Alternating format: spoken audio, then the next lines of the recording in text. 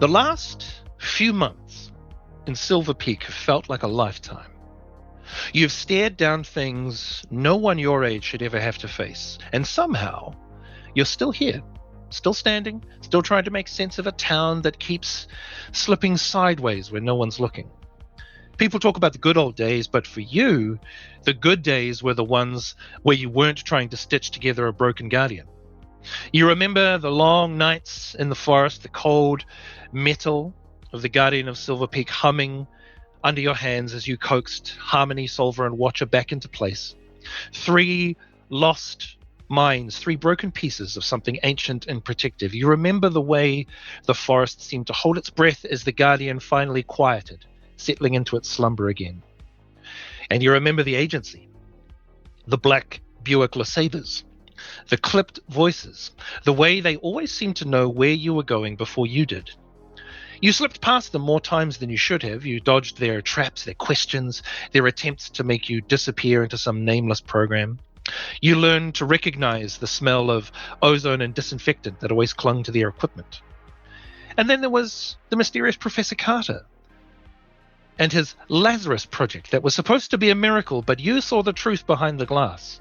Synthetic humans built to be obedient, controllable, disposable. You saw the ones that didn't wake up right. You saw the ones that did.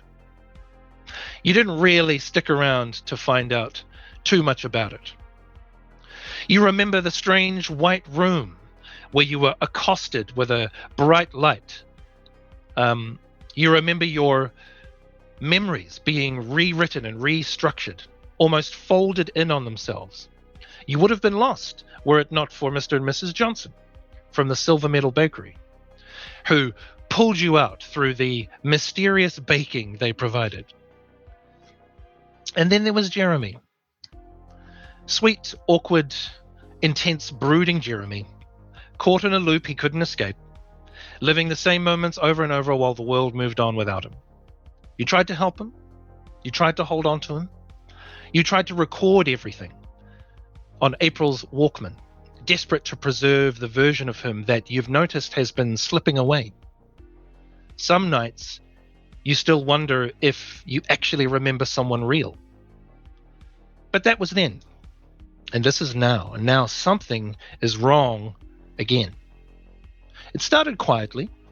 A skipped second on a clock, a song you don't remember writing, a conversation that feels like deja vu, appliances turning on at the same moment every night, people insisting things happen differently than you remember, a sense that the world is nudging you towards something you can't see yet.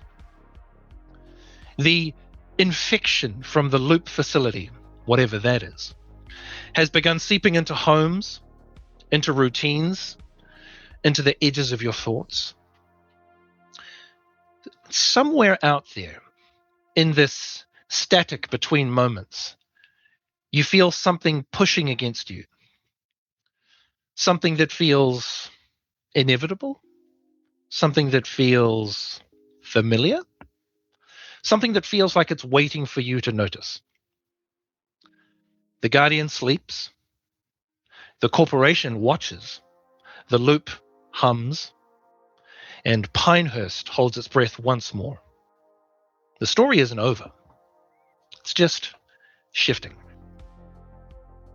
And we dive back in to sleepy little Pinehurst. It is winter. The air is cold. Snow and slush have clogged up the trees, the streets, the nooks and crannies of the buildings.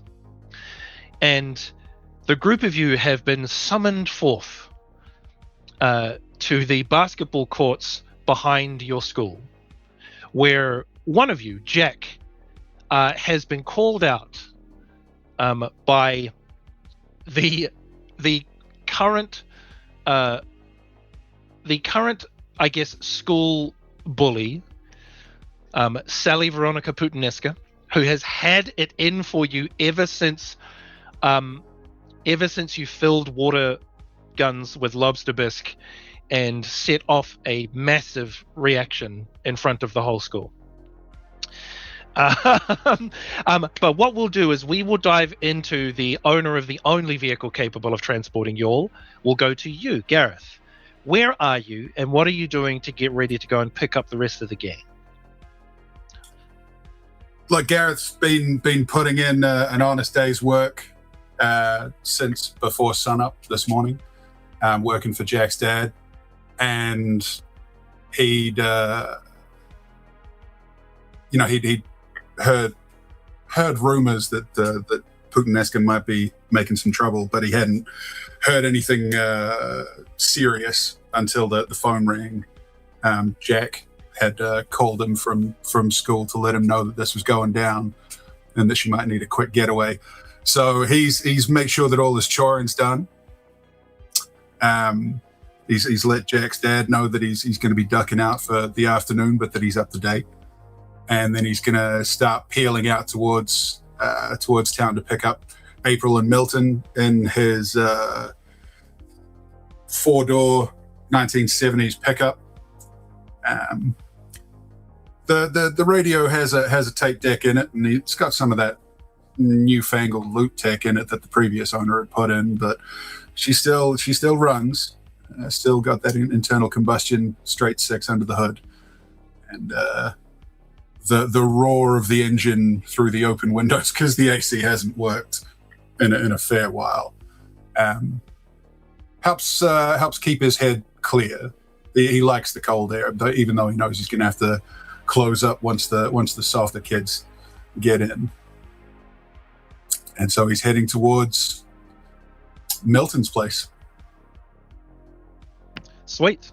Okay, yeah. So you're heading down the road. You start to turn into some of the leaving the farmland from the south and crossing over the bridge into the city, heading towards the neighborhood where Milton's house is.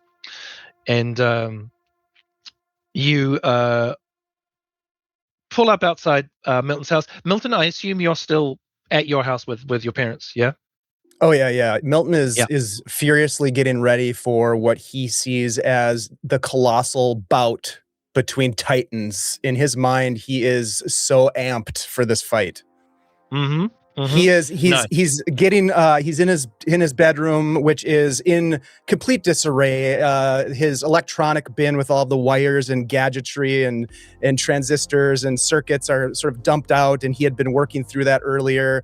He's got this bulletin board on the wall that has pins in it with yarn connecting different elements as he's been sort of like trying to work all these things out in his head. But right now his head is very focused as he just got out of the shower. He's standing in front of this full-length mirror in the corner of his room, and he's in his tighty whities, and he's just kind of like looking at himself. He's 15 years old. He's kind of like still kind of trying to get used to his sort of his body that's sort of the in-between sort of stage maybe. And so he's kind of like, he's scrawny. He's still thin, looks a little bit like maybe he needs to eat some more thorough meals, but he's kind of flexing, his little muscles, and like he's maybe doing a couple of these like, ha, ha, ha, ha, like in the mirror, like for some reason he thinks he might be getting involved, or like he's going to back up Jack or something.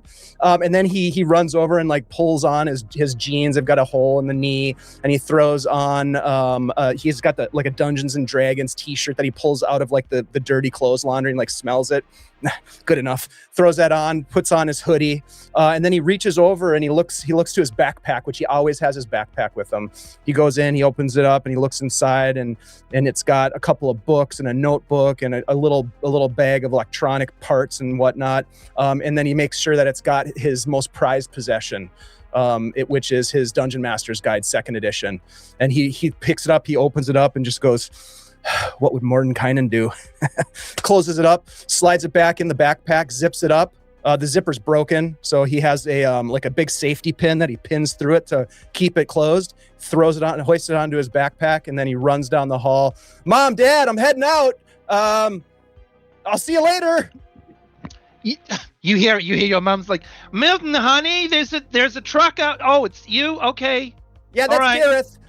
He's cool. He's real cool. Is he someone's dad? He's friends with Jack." "Oh, from the farm?" Yeah. Nice guy. He has a car. Well, it's a van, but he's got a van. That's a pickup truck, honey. Wait. Oh, maybe the van is for work. He's got a pickup truck today. Okay. you like head down the stairs and run past towards the door, and you like glance over and you see your mother in the kitchen. Like the table, your kitchen table is like festooned with papers and envelopes and things. And you remember seeing a few nights seeing your dad at the table, kind of sitting there with his head in his hands, looking at these various pieces of paper and things. And your mother is also sitting your dad's not there at the moment, but your mother is sitting there with like a cup of coffee and like looking out the window. And she like catches you and she's like, ha! But you are out the door. I get to the door and I have the door open and I'm like, I close the door. I walk back over. I kind of quickly walk over to where she is. And I lean down. I give her a kiss on the cheek and just tell her that I love her. And then I head back out the door and race out to the pickup. Excellent. Yeah. Come Yeah. on, You Jack's about to do something dumb. Jack's going to kick that guy's butt. I can't wait. Sure, that is a possibility. But let's get on now. All right, hold on. Let me get my belt on. I take I'm get buckled in. Okay, yeah, I'm ready. Sweet. Yep, excellent. Well, if you're ready, Milt, let's go pick up April. Nice. Yeah, you tear off and start heading to April. Now the gang would know, but April, are you at home or are you somewhere else they need to pick you up from? I think April is probably walking from work. Right, because April has a part-time job, right? April has a job. She works at a local record store in Pinehurst now. And I think there was probably whenever we devised that we were all going to catch a ride with Gareth, there was probably I'll leave after work and I will be on this route. Come pick me up on whichever street you find me on. But yeah, at the moment she is walking down one of the roads in Pinehurst, kind of enjoying being out in the really cold weather. She has like singlet-ish top on, is very heavy in like grunge aesthetic these days. So super smudged eyeliner, wearing a bunch of clothes that are pretty worn through, has long pants with lots of pockets that carry various different cassette tapes. So she's kind of clacking a little bit when she's walking down the street. But she can't hear it because she also doesn't like to spend time not listening to something else other than like real world noise. So she's already got huge black headphones on plugged into her Walkman that is now also been a little bit upgraded over time, so has the capacity to carry 2 cassette tapes or switch between modes. Whoa. And is currently listening to a tape, one of the older tapes that she's got, and sort of mulling stuff over in her mind, because knowing that that Jack is potentially going to be fighting Sally is also bringing back some flashbacks that aren't super consistent. She's kind of thinking back on their times at the Old Hideout, and one of the first things that she ever asked the Guardian was what Sally's GPA was, and is now like, was it good or was it bad? I can't quite remember, and is feeling very pensive as she's walking down the street. Yeah, nice. You you remember that Sally's GPA was above average, but Sally was struggling, and not a lot of people knew, but Sally's parents had like hired her a tutor. Yeah. I'll probably just look up when I see the headlights or hear the engine coming around the corner. Yep. Ms. April, good to see you. Jump on in. Milton, what did I tell you about shotgun? Okay, fine. I'll slide over. Is this like a bench seat kind of situation? Absolutely is a bench. Oh seat. yeah. Awesome. I'll like slide over and I'll do the lap. Hold on, I gotta get my belt. Wait, it's stuck. Hold on. It's down here. God dang. Go. Shit, he says. Just kind of like looks to see like what the impact of that is. He's like reaches down. Oh, got it. Right, I'm ready. slam the door shut and just like tap on the side. Do not put a seatbelt on. Good to go. Any requests for our soundtrack today, Miss April? Yeah, sure. And I just reach down to like one of the many pockets at the very bottom of my pair of pants, take out a cassette tape, pop it in. This is the winter mix, like late night driving cassette that I'm planning on leaving in Gareth's truck so that he can listen to it whenever he's on the way home. Awesome. So, what's the first track up on it? Oh gosh. I don't know 90s music as well as I know 80s. Gosh dang it. It's probably something very very chill, more like acoustic rock, but it is still rock. Early Pearl Jam, I'm feeling. Yeah, there we go. Well, Pearl Jam, yeah. Rambling. And I flatten the pedal to go and find Jack. Woo! Yeah. So you, you take off and head towards the school. On the way, you kind of picked up April near kind of the central city, and you have to pass through to get to the school. You are heading down the road. You glance over, and you can see that the some of the lights in the kind of main plaza of the city for the stores are still open. Tony's radio's hack is still open. Milton, you look over and you can see the light is on in Tony's office. He's now built an office upstairs where he does a lot of his managerial stuff, because Milton also has a part-time job working at Tony's radio's hack. And you also see across from that, you see the lights on and some customers at the Silver Metal Bakery.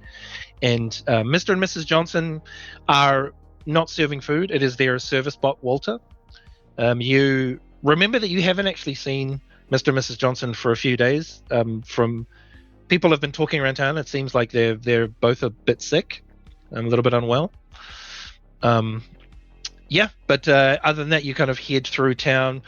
You see that weird-looking vagrant guy who's kind of always walking around and drinking weird whiskey out of a paper bag, and but you eventually get to school. You head around the back of the school towards where the basketball courts are, and April and Milton, you look across, you can see already people have started amassing on the basketball courts. There's a bit of a crowd forming, but you notice that beyond that you can see the old science labs, which is where your old hideout was. And for a moment there you realize, like, you all haven't been back there in a long time. Milton, you're not sure if you took out all of the tech that you had installed in there. There might be some still left there, but yeah. There's a little bittersweet moment where you're like, oh yeah, remember that time? Remember that time we installed a rogue AI into a spider cleaning bot? Good old days. Those halcyon days.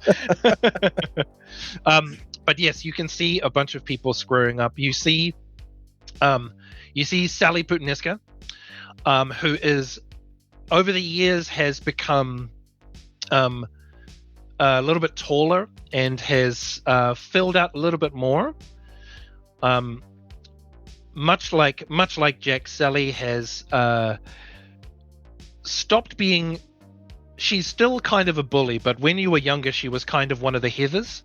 Now she has become a little bit more athletic. She's in like a water polo club, so she's got that swimmer's physique, like broad shoulders, kind of lanky and rangy.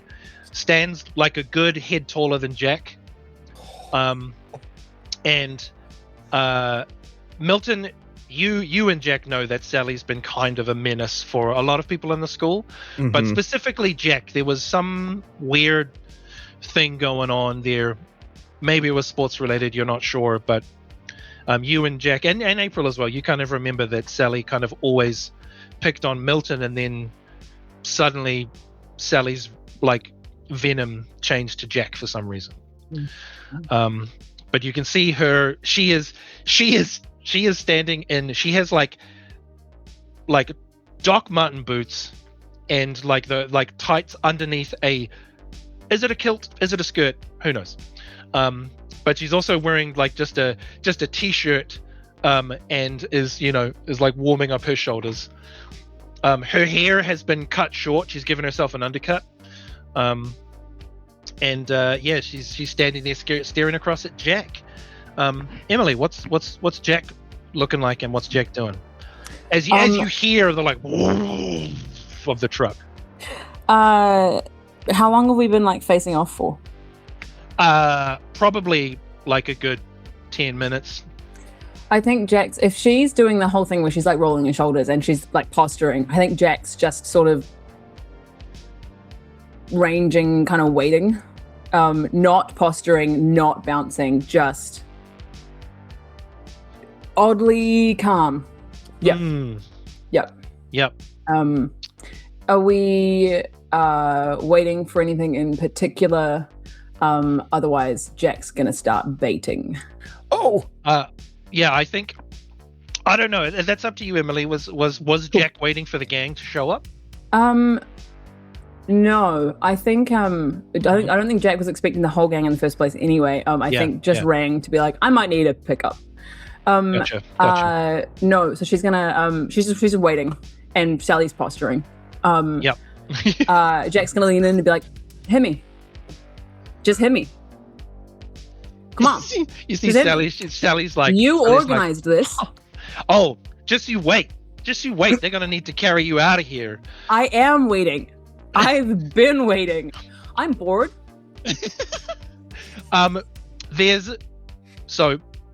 Without even having to do any kind of insight check, like this is classic. Sally's trying to intimidate you and get you to kind of back down, and it's like she has her squad of like stooges behind her, who are being louder than she is, and like you can see her, she's limbering up for sure, but she's not. You don't think she's gonna throw the first punch? Jack doesn't want to throw the first punch either. Right on. Sally like does that thing where she like starts walking up to you to try and get in your face. Jack gives no ground, so yes, Jack's is waiting. Yeah, Sally gets right up in your face and she's like, "You want to go, Hick? You want to go, redneck? Let's do this. Come on." Hit me, Sally. Just hit me. April is like jumping out of the pickup truck before it's come to a full stop. Like if we're seeing that it's gotten to this close of a situation. Yeah, you can't quite see. You can kind of see over the heads of the crowd that like Sally is now like getting all up in. Just Jack's a little bit of guidance, Sally. It's a bit difficult for you to hit me from this distance. You might want to back up a bit so you've got some more room. Sweet. Or we can kiss, but there is like a massive like from the crowd, and you see that Sally, there's a switch flicks, and Sally like shoves you like with her elbow and like basically elbows you in the jaw. Can you give? Yeah. Well, that depends. Or does it Give me a body roll. Okay. Like roll some. Give me a body check. Okay. First Now, roll. To me, yes. So you have attributes and you have skills. Yep. And they have values, and that value determines how many d6s you roll. Fabulous. This is just going to be a straight body roll. Sweet. And anything that is a 6 is a success. Fabulous. Come on, baby. Okay. I got 2 6s. And a 1. Nice. So you've got 2 successes. Because you have an extra success, there are certain extra things that you can, extra advantages that you can buy. Hell yeah. When we're working through the mystery and you guys are rolling to kind of sort out problems or solve puzzles, a further success you can hold to give to another kid to enable them to have a success, or you can choose to buy something else. So this push from Sally, this elbow, it connects But growing up on the farm, like you've had worse. Like it moves you. Yeah. But doesn't hurt, like, you know. But you have another success if there's something else you want to do. The success means you're not going to get hurt, you're not going to get moved, like shoved that much. I'm over this. I'm bored. It wasn't what I thought it would be. That actually, I'm telling her this. I'm like, I was waiting all day. I'm over it. And I'm hoping with one of those 6s, I'm gonna smack her in the jaw. Oh, nice. A nice parry riposte. Yeah. Yeah, you say this, and there's with a punch, by the way. I'm not slapping her. This is full fist. Yeah. Yeah. Yeah. There is like a. She's taller than me. Yeah, she's taller but also because she's taller, you see her wind up, and you're just that bit faster. Yeah. And so you say this to her, and you see her wind up, and you come flying in and connect with a fist. Which, like, are you just trying to hit her in the jaw? I'm trying to end this. Oh, yeah, sweet. I'm done. Not in like a supremely injured way, but enough pain that I'm going to turn and walk away. And yeah. You crack Sally right in the jaw, and she staggers back and kind of falls over. Just kind of lands on her butt, and there's the crowd doesn't go wild, but they're like, oh! You know, and people are like starting to rag on Sally. They're like, you got knocked the fuck out. Allan? And other people, yes. I think at this point, Milton is like this little 15-year-old is busting through the crowd, like, just like wiggling his way to the front and gets to the edge and goes, shit, I missed it. And runs over behind Jack. Is everything okay? Gareth is like following Milt through the crowd and sees like Sally's kind of cronies getting a little restless, and just reaches out with like his big tattooed hand and puts it on the shoulder of like the biggest one of her cronies. Yeah. And just goes, let's not and say we did. It's just them two that need to do this. There's a moment where one of them turns around and like does that thing where he turns and goes and tries to like, bravado his way out of it. And he's just like, well, fuck you, man, get the fuck out of here. But definitely like his energy shrinks quite a bit. Jack, you clock Sally and she falls over, and you turn and you see Milton. Milton looks jazzed to be there. Sorry, bud. You did it. And there's this moment of like everyone's like, what is happening? Milton, you see from behind Jack, you see this shape appear as Sally like leaps up and dives on you, Jack, and from behind and like gets you into a headlock and tries to wrestle you onto the ground.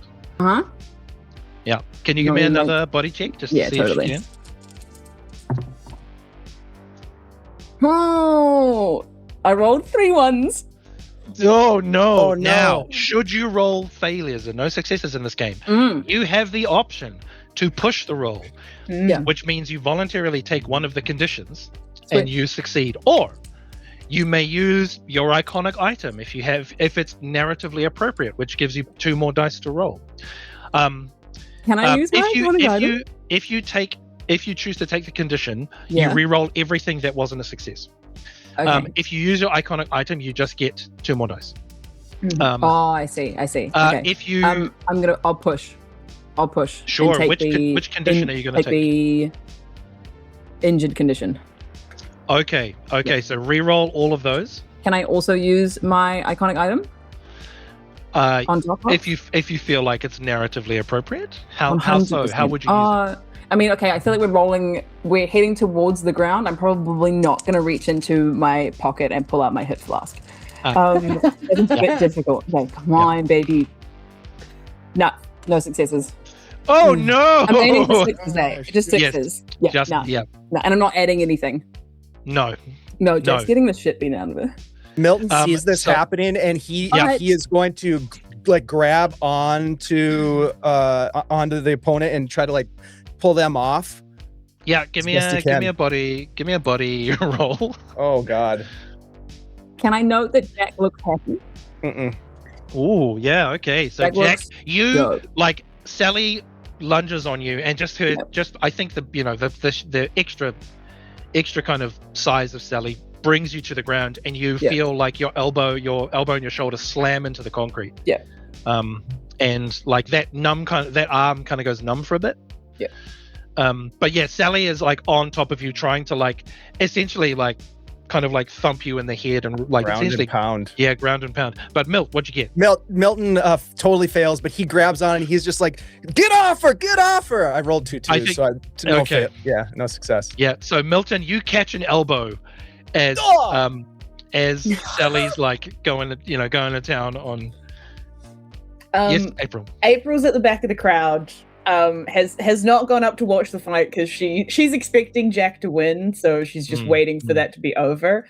But if I'm hearing Milton has jumped in on stuff, she's going to unplug her headphones, swap out the top tape in her Walkman, and press play on a recording of police sirens coming closer to try and clear everybody out, basically. Yep. Genius. Okay, yeah, nice. Do you wanna roll for that, or? Yeah. I think I don't know. What do you reckon that would be? Like maybe lead? Yeah, I'd say lead. Yeah. So give me a lead roll. So you have 1 in lead and amazing 5 and then in I get hard, plus which 2 means for using the Walkman. Yes. Great. So you are going to be rolling so many d6s. I'm going to be rolling 8 dice. Yep. Woo. Okay. That's 1 success. That's all you needed. That is all you needed. That is all you needed. All right. So the sounds of police sirens emanate from your Walkman. The kids who are closest to you immediately hear it, and they're like, oh no, oh man, it's the cops, and start like running. But there's quite a hubbub in the center. For sure. So the sound hasn't quite made it there yet, but the kids closest to you are definitely starting to clear out. Gareth, soon as Milt jumps in, you can see some of the cronies start heading in. Yeah, I think like I'm kind of keeping track of like Milt and Jack, and I'm sort of keeping half an eye on April, and so I hear like over the hubbub, I hear that siren thing, and as the cronies step in, like I'll step forward and just like put an arm out and be like, I don't think we want to be here when they get here, so I think this is about done, and like lean over and grab Milt's collar and Sally's and just like pull them up onto their feet, which I'm guessing would probably be a force roll. Yes, it would. For the record, Milton has a terribly bloody nose right now, just gushing. Can I roll again to sort of assist in moving the opposite direction? Also, anytime people are rolling, narratively, you all can help however you want. Oh, sweet. Okay, cool. Yeah. I'm like thumping my elbow back into Sally. Yeah. So that can be like a body roll. 2 6s. Hey, nice. So I didn't get any 6s. I got a 5. So if I could borrow one of those. Yeah. Yep. Is that how that works? Yeah. Absolutely. Mm-hmm. So yeah, like I'm just a little tired. I've been working on the farm. You got up at 4 a.m. Yeah. Working, man. It's not like a picking up 2 cats, Gareth. It's tough, but you do manage to separate Sally and Milton and pull them off. Jack. To picking up a wet cat than yeah, Sally. but it's more the fact that like they're both kind of scrabbling and you're tired after a day of work, but it happens. But like as I'm pulling Sally back, she's looking angry. She's looking ready to swing at me. I'm like, pretty sure the cops are about to be here soon, so I think this is about done. And once Milton's on his feet, he turns around. He sees the thugs, her posse, kind of still off, like considering what they're gonna do. I'm just gonna turn with blood coming down my nose, my backpack on my shoulder, just be like, "Stand back!" Okay, right on. I love it. Okay, give me a Give me a roll. Let's go Okay. with just give me a straight heart roll. Straight heart. Okay. Yep. Oh, I got one success. Hey. Yeah, nice. So it's you stand up and you're like fists are up. And there's a moment where you can see those cronies are like they were focused on what was happening with Gareth and Sally and Jack. And then they kind of look over to you and see you screwing up, and you can see a number of them are like starting to like kind of reconsider what's going on. Gareth, you managed to separate the two of them. Jack, you're able to get up. You felt like you got a good couple of hits in there. Yeah, Absolutely. And Sally kind of scrabbles out of your grip, Gareth, and like steps back, and you can see like her lip has been cut and it's kind of bleeding a little bit, and she's a bit scraped up from tussling with Jack on the ground.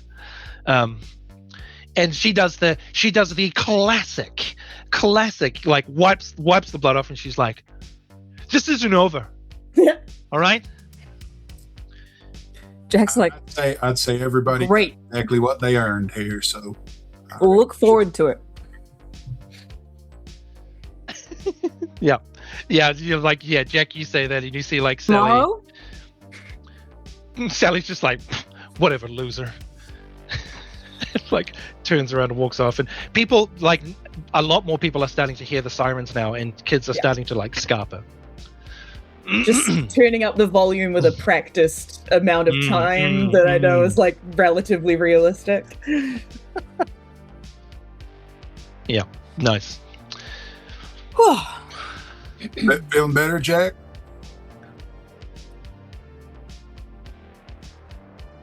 Fully not expecting that question. You okay?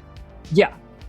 Am I okay, Allan, actually? How injured am I? You sort of described, I sort of jarred my elbow, but... Yeah, like, it's up to you. You have the injured condition, which means, because you have one condition, until you remove that condition, you will subtract 1 from your dice pools. Sweet. Based on how many conditions you take. No. If you take 4 conditions, your character becomes broken, and thus they are severely hurt and injured, and may, in fact, not return. But that we'll deal with that when we come to it. In this system, you can mitigate conditions by a number of things. Every character has an anchor, someone that is special to that person. By spending time with that anchor and narratively kind of talking through your conditions, you can mitigate them. As a group, you can spend time together to help someone remove a condition. Also, listening to your favorite song can help mitigate conditions as well. If you can't get to the group or your anchor, sometimes hearing your favorite song can help as well. But for now, Jack, yes, you are injured. However that injury works for you, like you're right. When it hit the ground, it went kind of numb. Yeah. It's a little janky. It doesn't. Not broken or fractured. A little janky. Yeah, a little janky, but it is injured. Cool. As the rest of the kids kind of scarper and the group of you are standing there on the basketball court. I plug my headphones back in when enough people have cleared out that it's not a huge crowd anymore. Yeah. April has been playing the siren noise on her Walkman. April, you go to plug your headphones in, and the sirens suddenly, the sound of the siren crackles into a weird kind of static noise. And you all hear it just before April plugs in the headphones. And can I have all of you, April included, can you all roll comprehend for me, please? It's a mind comprehend roll. Okay.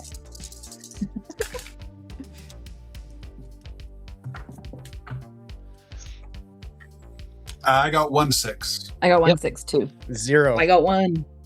That's fine. Milt, do you want to push anything, or you're okay? No, I think Milton is kind of just barely catches it as he's rifling through his backpack looking for this jury-rigged first aid kit that he has in like a little tin can. He's like, I got Band-Aids. Milt got a bit rocked there, you know. Yeah. Milt's nose, like Milt doesn't have the injured condition, but Milt's nose is bleeding. Yeah, it's you've got a little bit of blood in your D&D shirt. Oh yeah, my mom's gonna be pissed. Don't Cold worry. water and salt. We can get that out with some cold water, buddy. Don't even fret about it. Thanks, Gareth. Yeah, as you're rifling through Milton in your bag, you hear that static, and you get a kind of a bit of a headache, like you feel it behind your eyes. Jack, April, and Gareth, you have the same kind of pressure behind your eyes, but there's a brief moment where you swear you heard kind of like a garbled voice trying to speak through the static, but like. I immediately play both tapes in the Walkman just to check if anything is actually saying the thing that I just heard, if the tapes are okay, actually, that I didn't do something weird and switching stuff out, that everything's still all right. You've plugged your headphones in, right? Yeah. Playing the tape, like the previous one that had the music is still playing music. Mm-hmm. The one that was playing the siren is still playing. It's still the siren. But every now and then, almost like in a pulse, you can hear that static, like. The hell? Okay. Noted. But I am gonna go and check on Jack and Milton first. And looking obviously like something's on my mind when I walk over to everybody. I'm like, y'all okay? What the hell was that? That was a brawl. A regular Wednesday. Okay. Is that a Wednesday we need to continue to worry about? Is Sally on your case for some reason? Did we win? Yeah, Milton, we won. We won. Not that it's about winning. Of course it's about winning, Jack. It's always about winning. You did great. You did good too, buddy. Thanks. I think we should probably head on before those sirens become a lot more real. Good thinking there, Miss April, though. I appreciate that. Sure. I mean, I didn't call anybody, and I doubt any of those would have. But yeah, we should. Did y'all hear that? By the way, something's up with the tape.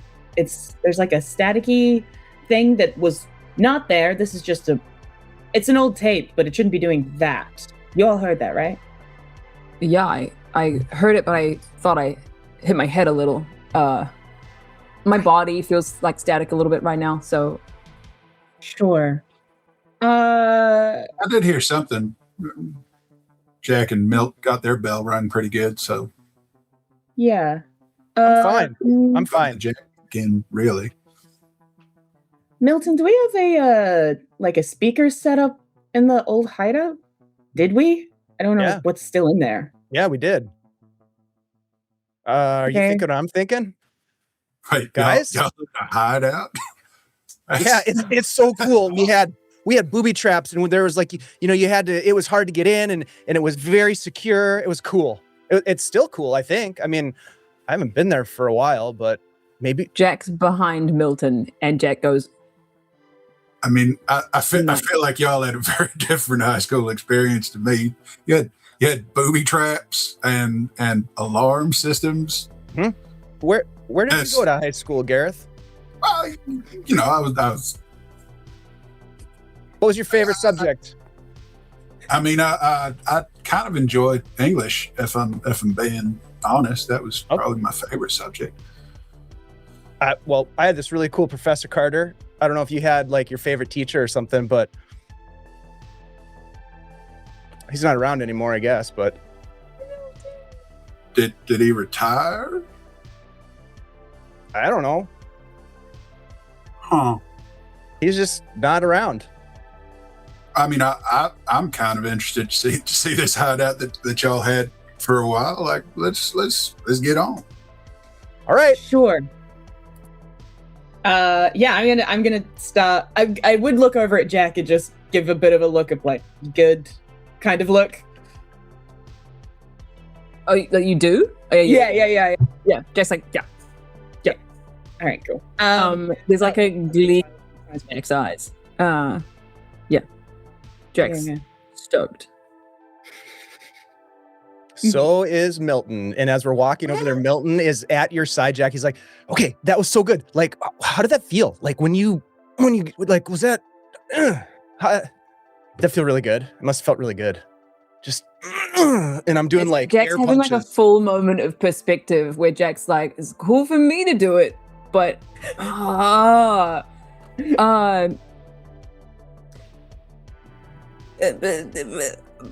Jack's like, I'm going to continue doing it, but Milton probably shouldn't do it.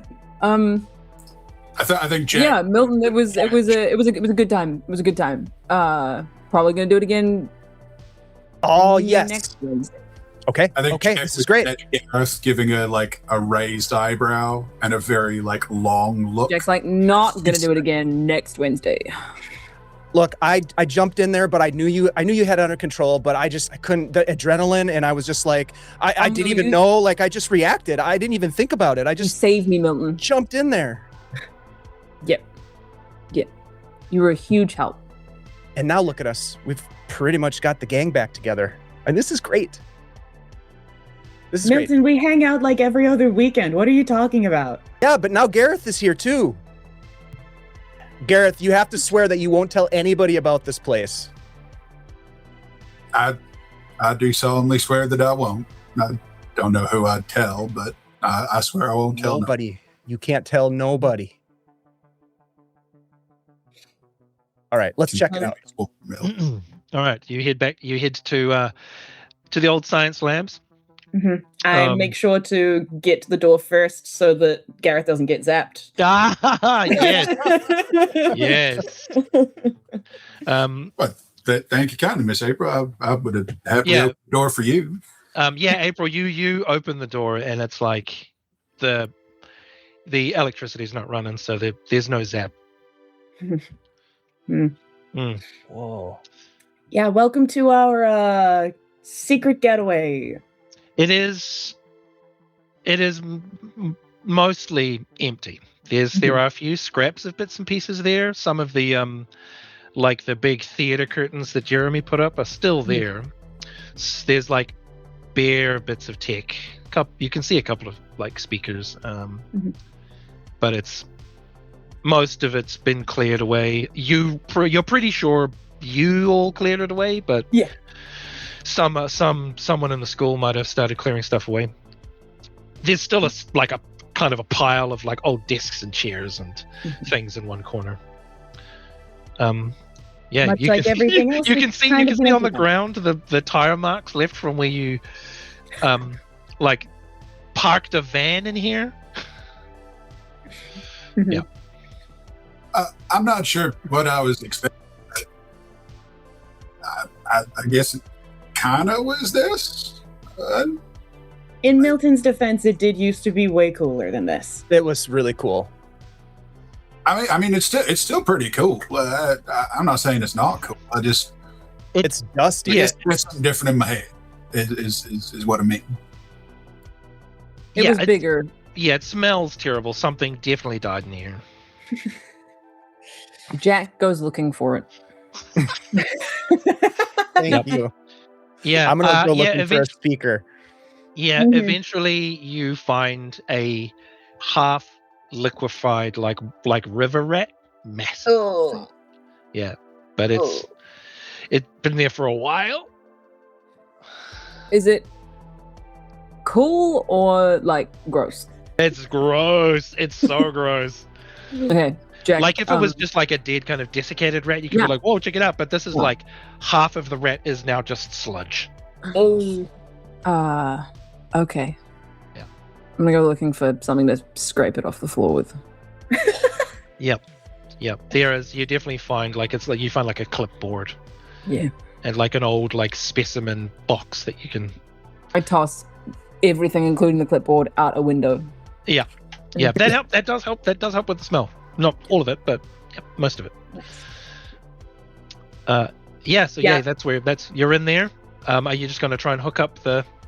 Yeah, I'm gonna help Milton try and find some working speakers, and try and get the Walkman hooked up in some fashion with like aux cables and stuff.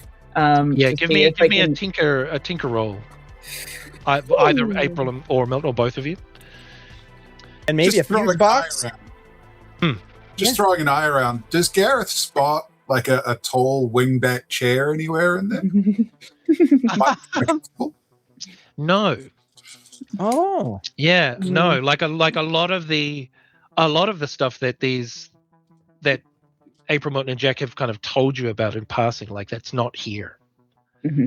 It's very much like a sad, empty, like refuse collecting old science lab, you know? Do you want to roll a tinker, Milton? Or I did roll. Nice. Mm-hmm. How'd it go? It didn't go well. I had 6 dice and I didn't get a single success. Oh no. Oh boy. Yeah. Okay. Yeah.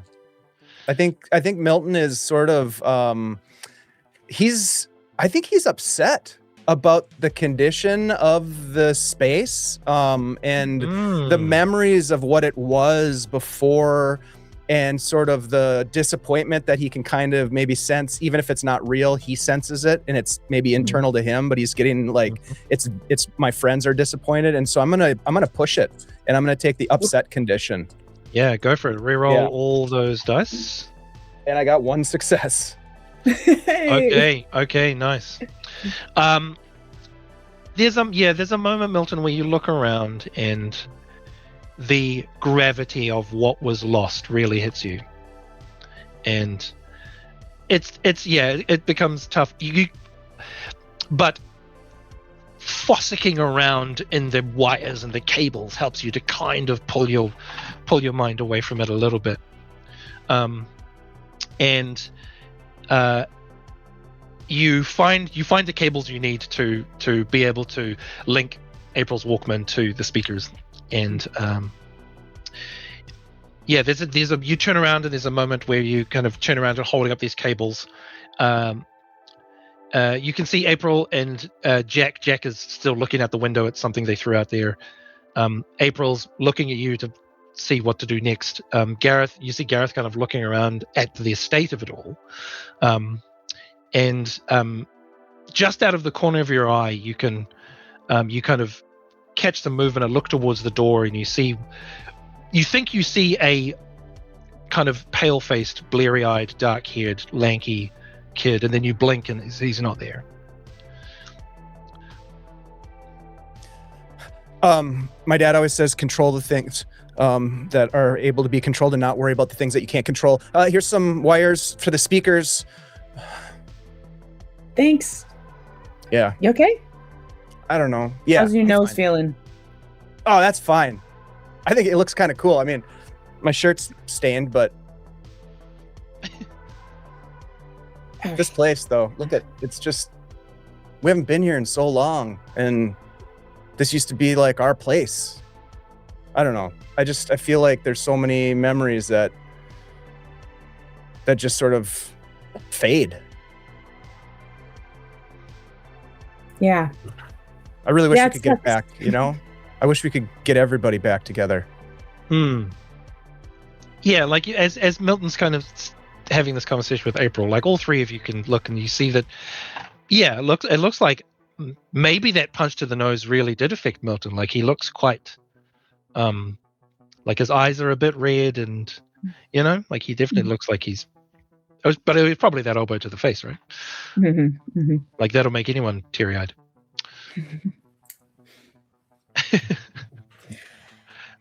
Yeah, time sucks, dude. Frankly, but yeah, well, we're airing it out. I don't know. You guys are still in school. You could stop by every now and again if you really want. It is kind of just a room now, though. Yeah, it's not the same. Okay. I'm gonna play this super loud, but it is a weird noise on a tape of actual sirens, so maybe block your ears. Sweet. Yep. You'll block your ears and you've turned it on. Yeah. Yeah, you turn it on and like crank the volume up, and at first it's just sirens, just reverberating around the room, and then you hear that pulse of static come back in, that like, and you hear it kind of come in and out a couple of times, and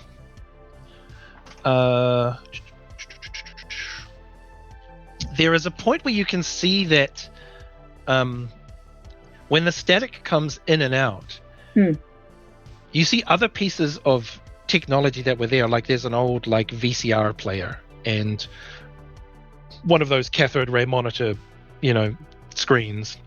As the static comes in, those begin to like illuminate, like as if they've been kind of turned on. And April, Milton, and Jack, as the pulse comes in, you see like the VCR light up, and you see like a stereo amplifier kind of start to light up as well, and it's got those dials that begin to flicker. And then you see behind it, you see the kind of buried under, looks like some cloth and some shelves, the shell of this spider cleaning robot. And you remember it had a screen on the front of it that begins to like turn on with static. Yeah, can you all give me another, Gareth, you can do this as well. Give me another comprehend roll.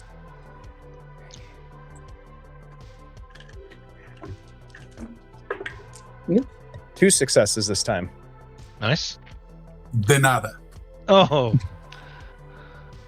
1 success. Oh, nice. Can I give one to Gareth? Yes, you can. You absolutely can. Jack, how was it? 1. Oh, cool. Yep, lovely. Let me just quickly double check what if there are any kind of extras you can buy. Yeah, so for any spare successes that you all have got left over, you could give yourself an additional bonus dice when you roll to act on the information you're about to find out, and you get extra information as well. So as the group of you are kind of listening to the static, and you see that the panel from the spider robot fire up, April, you opened it? You opened the panel? If whatever cloth or was over the top of it, I will just clear out so we can see the screen. Yeah, there is. You pull it up, and you can see that there isn't an image on the screen. It's a series of kind of pixels that are flashing in a kind of pattern. And the pattern looks like the same kind of pattern on like a number keypad. The robot itself doesn't have a numerical keypad on it. But at a quick glance, you can kind of figure out that there is like some kind of repeating pattern. And were it a 9-digit, keypad, or 10-digit keypad, because 0 is a key, then you can kind of quickly figure out what the pattern might be. You all kind of are investigating this as well, and you remember that there is like a TV remote that is essentially for that monitor, the cathode ray monitor. Yeah, April, you're pretty certain that like it's got 10 digits on it. Yeah, cool. I just want to see if I can map out, like, watch it a couple of times to see if I can tell roughly when it loops or if it loops, and then just start putting stuff in. I guess I'm going to turn the TV on so that I can put all the numbers in, and you'll get that like string of numbers for when you're putting the channel in, so we can like see what it is as well if we need to write it down. Yep. Yeah. Yeah. You turn on the monitor and you start kind of going through the pattern, and there is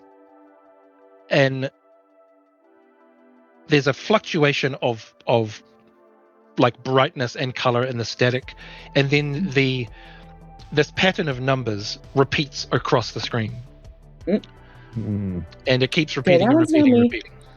With my extra success that I had, could I use that success to try to somehow interpret the numbers? Are they representative of letters? Are they is it, some analog to like a code of some kind? Yep. Gotcha.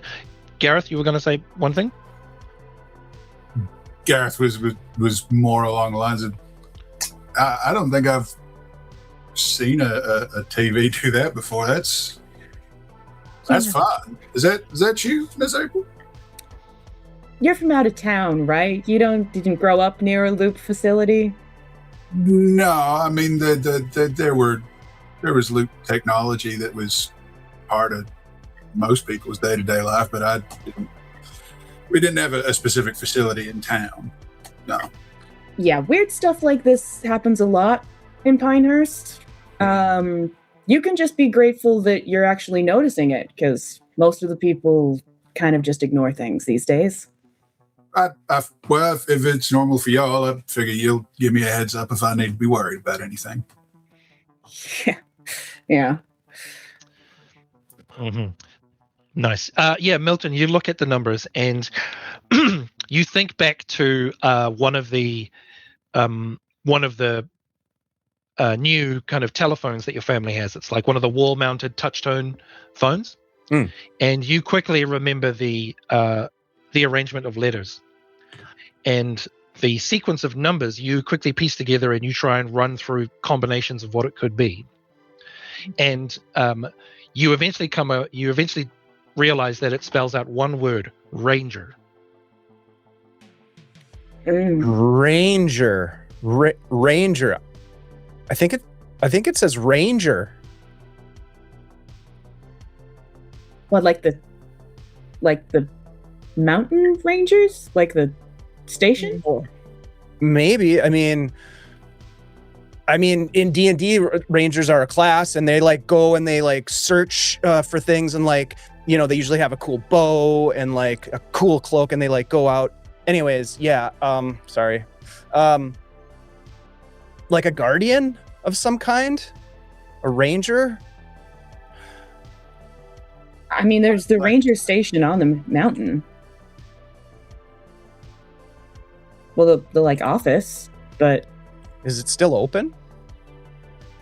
I don't know.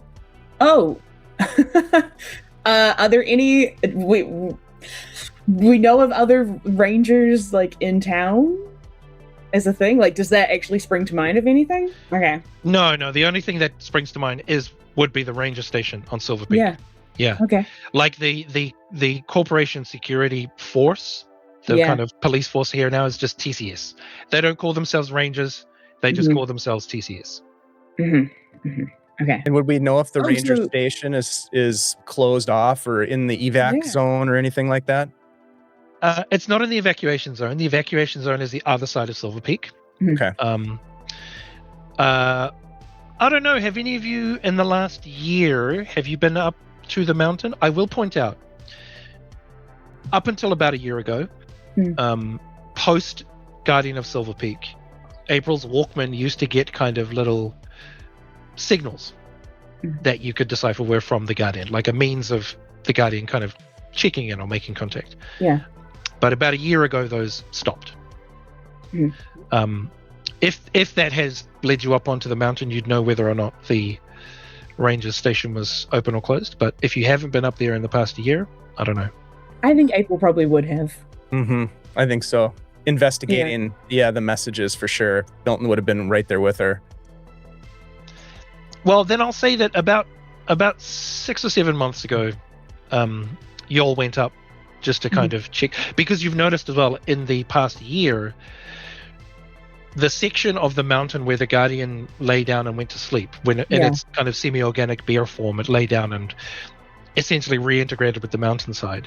That section of the mountain has, in the last kind of spring, hasn't really grown back that much.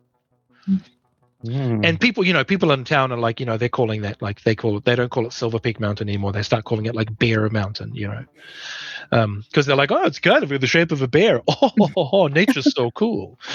But you guys are like, does no one else remember the giant like 400-foot robot bear that was no? Okay. But yes, you've been up about 6-7 months ago, and the ranger station is closed and it's cordoned off.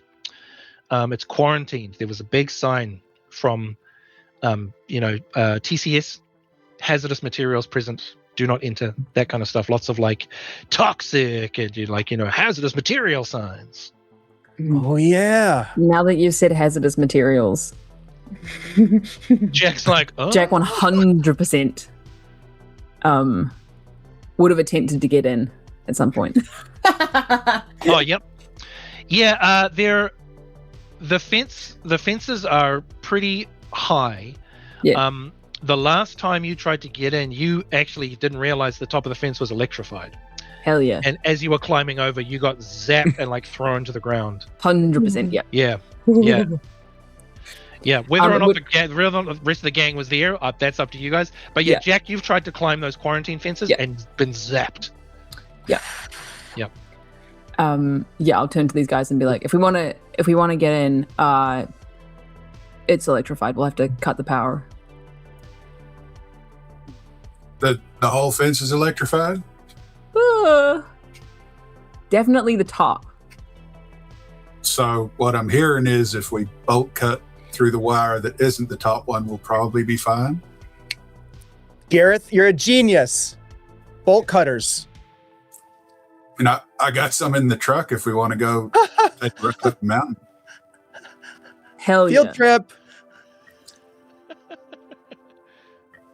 Yeah, let's do it. Just start unplugging the Walkman.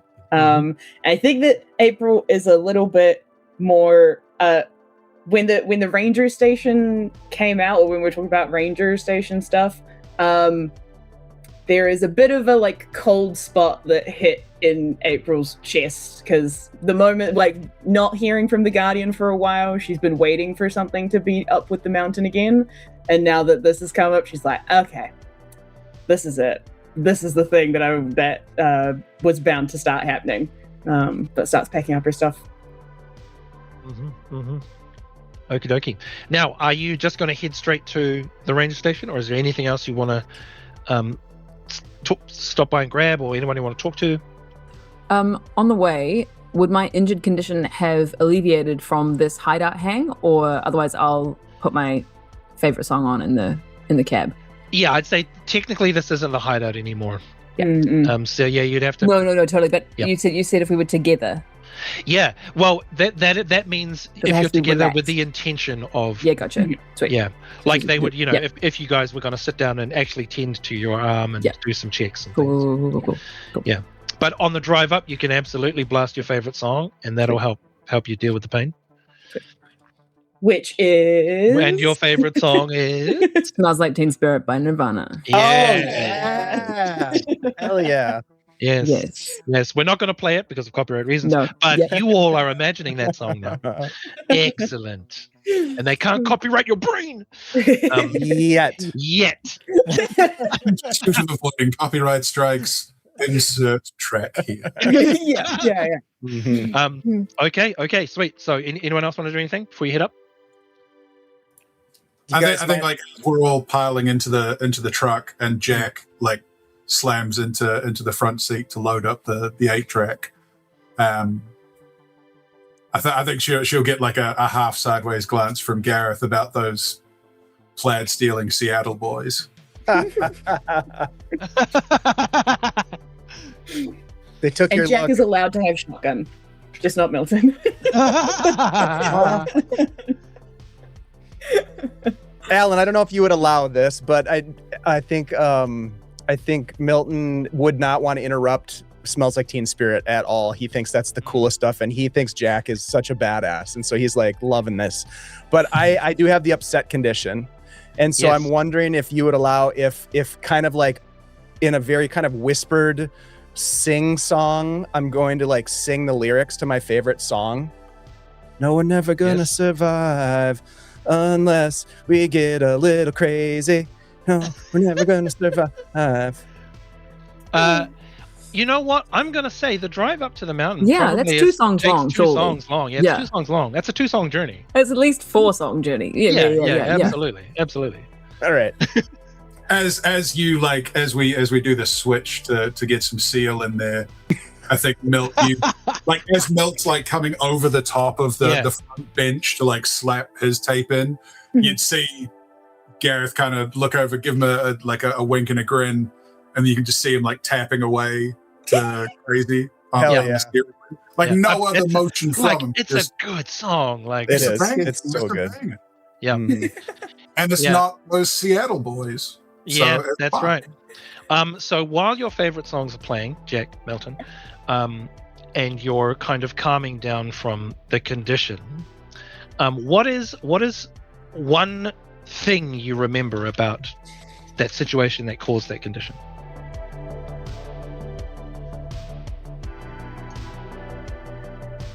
In what sense?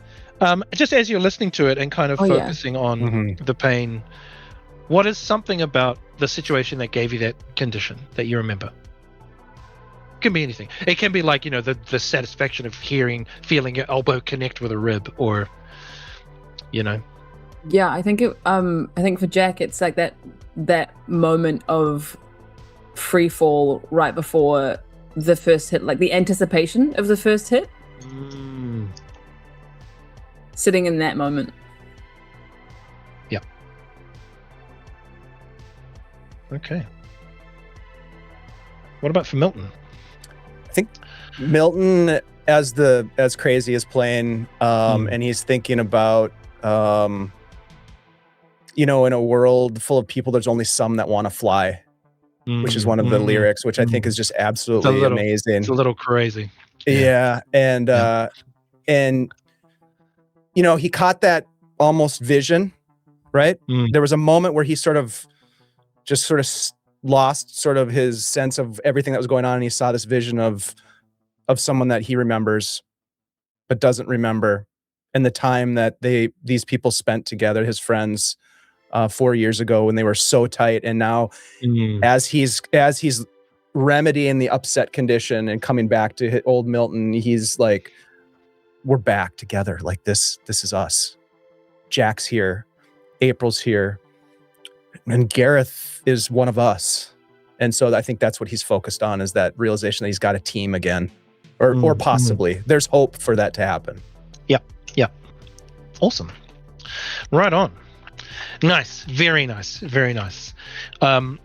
So y'all kind of are hurtling up the mountain now. There are a couple of times where, Gareth, you have to just adjust, because there looks like there's fragments of machinery that are kind of strewn on the road.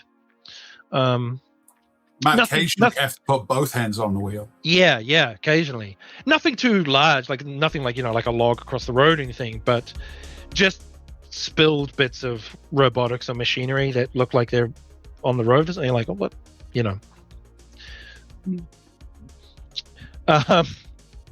Yes, for Scottish Jeff, it's Seal, not Patsy Cline, although that is a good offer. Just as the dulcet tones of Seal fade away and you're heading up, it's getting quite dark, and there is a moment where, again, from the radio in the truck, you hear that pulse of static coming in and out. And being this high up on the mountain, you're able to look out the rear window or out the side and look behind you at the city. And you notice that with the pulse of the static, all of the street lights pulse in a wave as well. And they pulse towards Silver Peak. And you watch that pulse and look kind of where it's going, and you see that the pulse arrives at the base of the mountain. You remember there are houses kind of built at the base of the mountainside, and the streetlights kind of pulse up towards those houses, and you look to where the Guardian is sleeping, and you half expect that pulse to continue, and it doesn't. You do see just over the crest of the top of Silver Peak, it looks like there's some sort of light. It could be that the moon's on the other side, or it could be light spilling over from the loop facility on the other side. But you just notice that there's a light at the top of Silver Peak. But very quickly you arrive at the ranger's office, and the ranger's office is exactly what you'd expect for a ranger's office with a information center and gift shop attached. You can see that there are wooden placards of like "Be safe on our mountain," and a picture of one of the rangers with their hat and their uniform, and there is the board that's got the map of the walking trails. And as you're driving up, it's getting quite dark, and Gareth has the headlights on, and as the headlights as you turn and the headlights wash across the chain link fence, the billboards, the building, you can see that the lights are off. Some of the windows have been boarded up, but the front door looks like it's open. And just as you're pulling up, you can also see the lights illuminating the top of the fence line, which has small little metal pylons on it that are pulsing a light that travels around the perimeter of the fence, not in time with the pulse from the street lights, but there is an electrical charge going around the stop. And as you ride up in the truck and pull up and look at that for a moment, that's where we'll take a break. Ooh, wow. So good. Oh my God, I love you guys. We're back. I know. I'm so stoked to have these kids back. It's just so much fun. Yes, I love it. Gareth is one of us. Absolutely. Sure. Yeah, 100%. Part of the ship, part of the crew. Everybody, thanks for hanging out with us and hanging out in the chat and being goofy and fun. And we love you. And we'll be back in just a couple minutes. Thanks, everybody.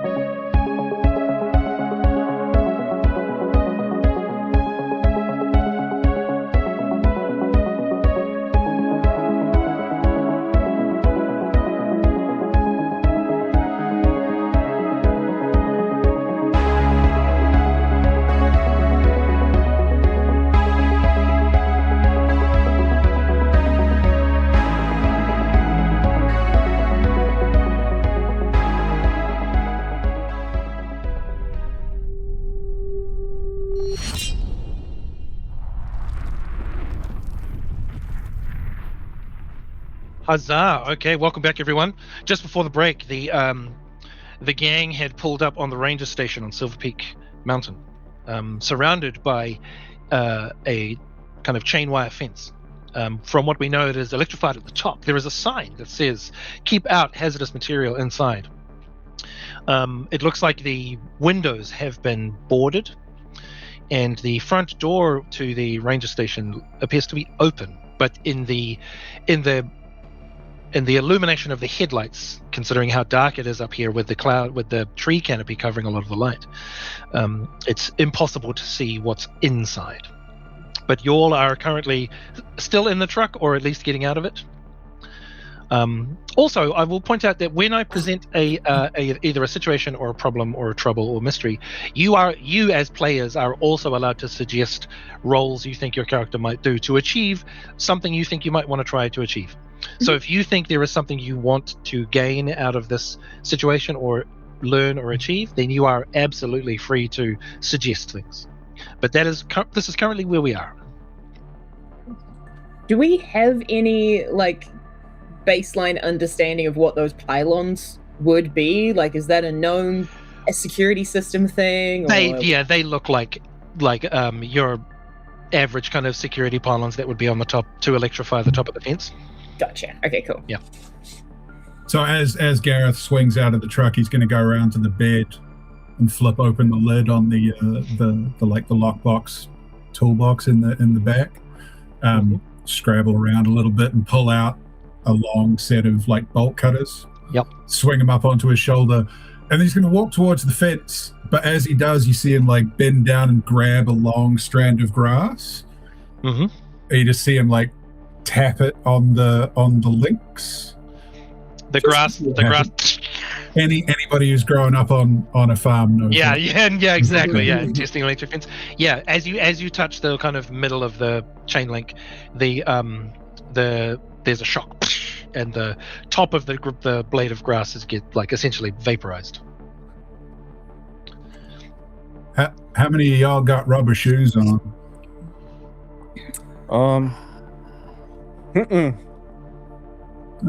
That's okay. I do. And you see him go to start separating links with the bolt cutters. Oh boy, okay.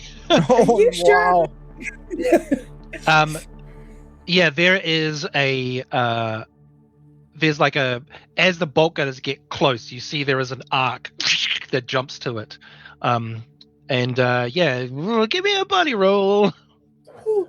So because I'm using something out of my toolbox, would that qualify as my iconic item? Yeah, you've got tools. Yep. Nice. Yep, absolutely. Oh my god. How'd it go? The closest I got was a 5. Okie dokie. Well, so you can push and take a condition and re-roll all those dice, or if you choose to just force the success, you can invoke your shame, which is previously in Tales from the Loop, kids had pride that they could invoke. In this one, because you're teenagers, obviously you have a shame because you're angsty. Or you can take the failure, which is not going to be great. Yeah, I think I'm gonna push. I think that the problem is that almost like I had my hands too close together, and so there was an arcing spark between them. God damn it! And then I'm gonna take the injured condition. Reroll all those dice again. Yep. Oh, that's better. Yeah. Okay. So one success there. Right on. Okay. So you feel that arc, and you're like, damn it! And you manage to snap one of the links, and everyone notices that the little pylons at the top, the circle begins to increase, and you hear a and there is a crash as Gareth you're thrown backwards, and you hit the ground pretty hard, but you hit the ground, you have the injured condition, but you do notice that the link that you separated has kind of the explosion caused like a chain reaction, and now there is a chunk of the fence that's like. Don't touch me. Holy shit! Let me ground out first. You see me just like slapping the dirt next to the truck. What the fuck there's were you thinking? I was I could have told you. I did tell you. I had rubber boots on. Maybe there's a way we can turn off the rubber boots are good. Like, you're not juice. dead. Maybe we can turn off the juice somehow. Are you okay? I think I'm. I feel like I'm about as okay as I need to be for this next bit. Reach out and just poke him just to see. Yeah, he's definitely not electrified. Okay. But he definitely, Gareth definitely does look hurt. Fucking god damn it! Try to help him up to his feet as best a 15-year-old kid can do it for this big guy. I appreciate the help, Milton. Thank you. Up, a little help here. How So big there's a of a section chunk of the fence? yes. Like an Jack- actual section, just Oh like yeah, Jack fell down. Jack's scrambling through it. Yeah. God fucking. Oh. Yeah, give me like a move check, Sure. because I would like love to. as you get closer, you can still hear that hum from the fence. Yeah. Bearing in mind, I've already been shocked before by this fence, so Yes, you have. perhaps slightly better at it. 2 6s. Yeah, sweet. So you manage to not only like not get shocked, like you kind of run and jump. You leap that section of the fence. Yeah. And as you jump between the two upright pieces, you feel like a slight tingle in your skin. Cool. But yeah, so you're all good. You've got 2 successes. You have an extra success if you want to give that to someone else Yeah, trying to get through. I will. And let me double check if there is anything else specific about that skill. Move. You can give a success to another. You can impress someone, or you can remain undetected if you were trying to sneak, for instance. Cool. I just assume automatically that I impressed Milton. I was just gonna say, for the record, Milton is impressed. Doesn't matter if we spend the There you extra go. minute. exactly. And yeah, I'll save the extra one for anyone who needs it. Are you like leaping over the fence and into the building, or are you just getting like over the I'm fence? assuming there's an area between Like the fence and the building. Yes, there is. Yeah. That I've landed in. Yeah. Okay, good. So April- so just as I watch Jack do this, I'm gonna take a quick second and just like have a look at the like the path that the fence has fallen and like created, and then just double check the clearance under the truck. Be like, I tell you what, how about you guys jump in the bed, because the rubber tires should keep us. We can just roll it back over this fallen fence bit. It'll be safer than what Jack attempted Yeah, to do there. you'll have to kind of back it in on an angle. The gap between the things is not quite the width of the truck, but you can definitely get like the bed of the truck in there, so the jumping across it be a lot easier. Yeah. I just want to make sure that there isn't going to be anything arcing between the truck. Well, there probably will be, because as you get closer, the two upright pieces are still kind of active. You can kind of feel the tingle as you get close. The piece that's on the ground, it's not connected to anything, so it's fine. And when Jack jumped through, there was no arc to Jack. But like as you get close, you're like, yeah, so long as the truck doesn't get too close to either of those, you could probably do it. But also, there's a good chance that the piece that's on the ground is probably inert. It's just a matter of not losing your footing and grabbing the uprights, you know? Gareth, no offense, I don't trust your rubber for shit. And I'm just gonna walk after Jack, because he was talking about rubber boots and he just got zapped. I mean, yeah, he didn't explode. He just, he survived. Yeah. April, you head through, and again, you feel that kind of tingle as you go through the gap. Yeah. You can hear the signal get picked up by the headphones. Yeah. Can I do a check to see if I can tell if it sounds like there's anybody in the building, or if there's anything moving in the building at all? Like, Yeah, or if I sure. spot Like that. anything Yeah, closer that's to it? probably an investigate. Yeah, for Yeah. sure. Cool. I'm all right at that, actually. Okay.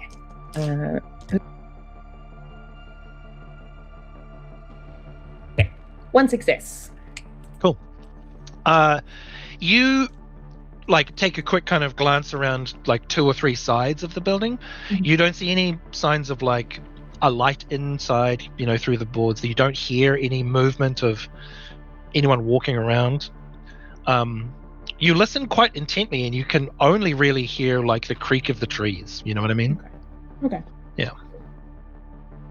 Just cross my arms and wait for the boys.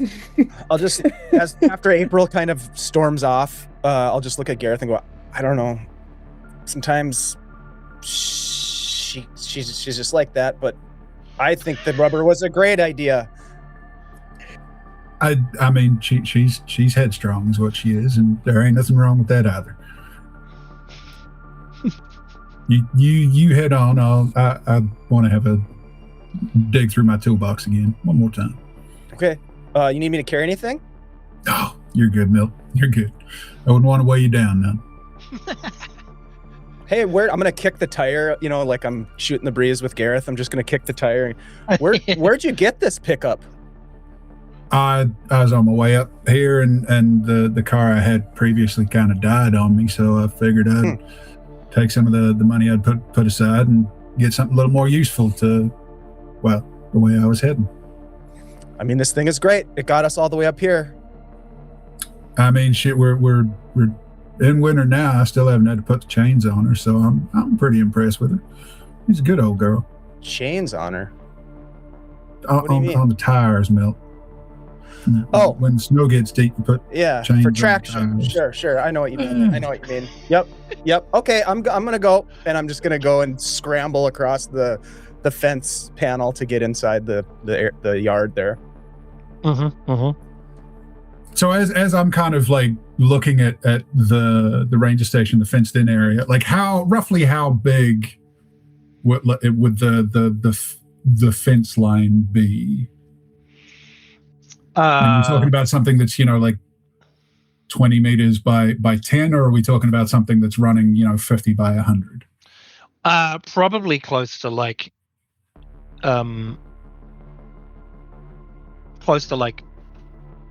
around like 50 meters ish.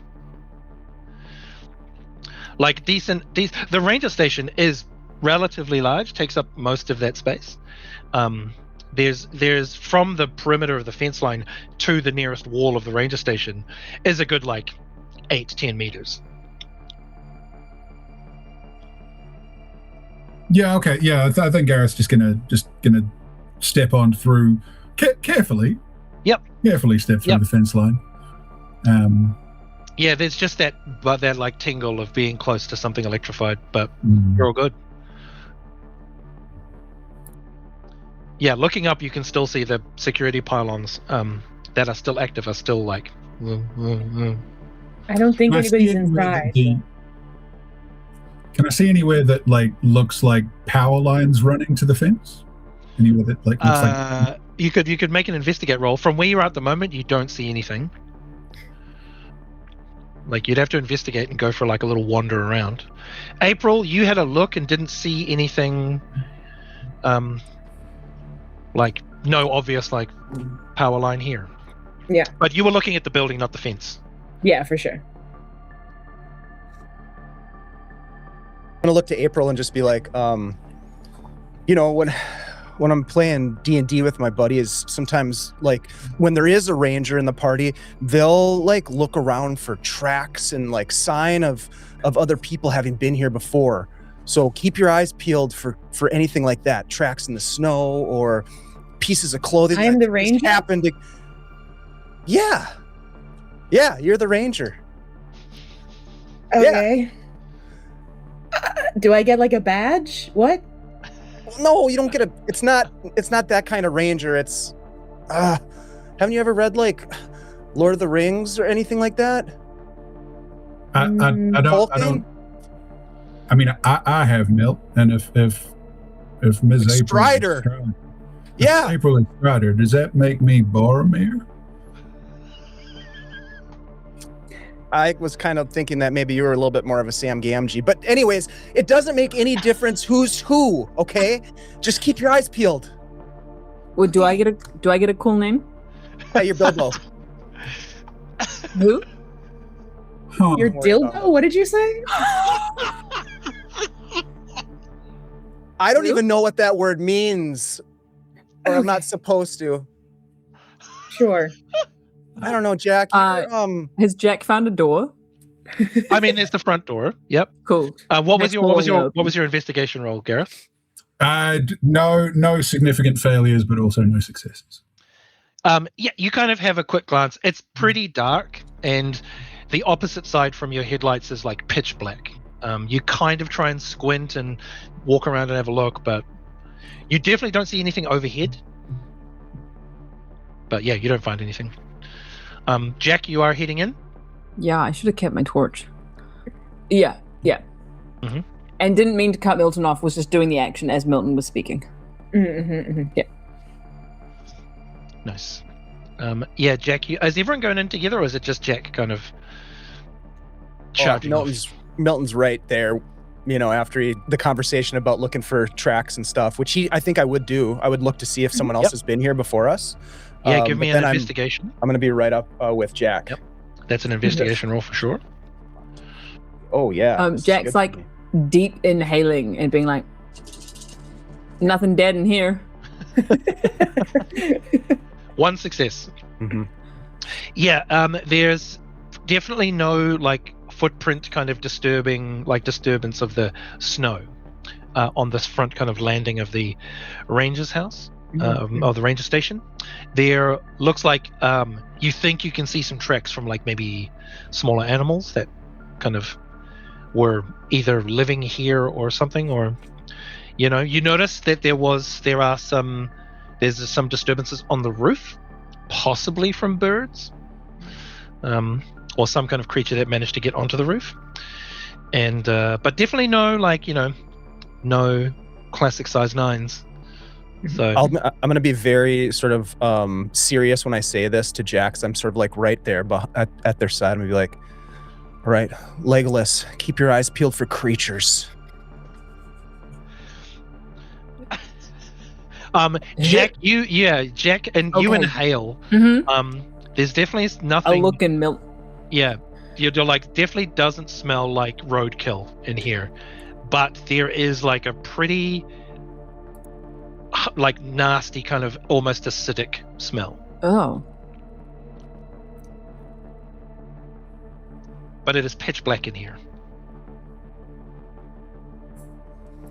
What do your elf eyes see, Jack?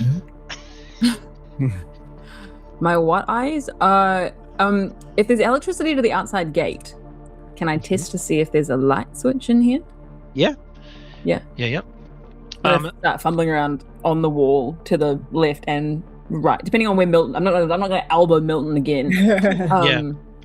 You kind of search along the walls, and you feel like of course the light switch by the door, and you flick it, and some lights, not all of them, Sweet. turn on.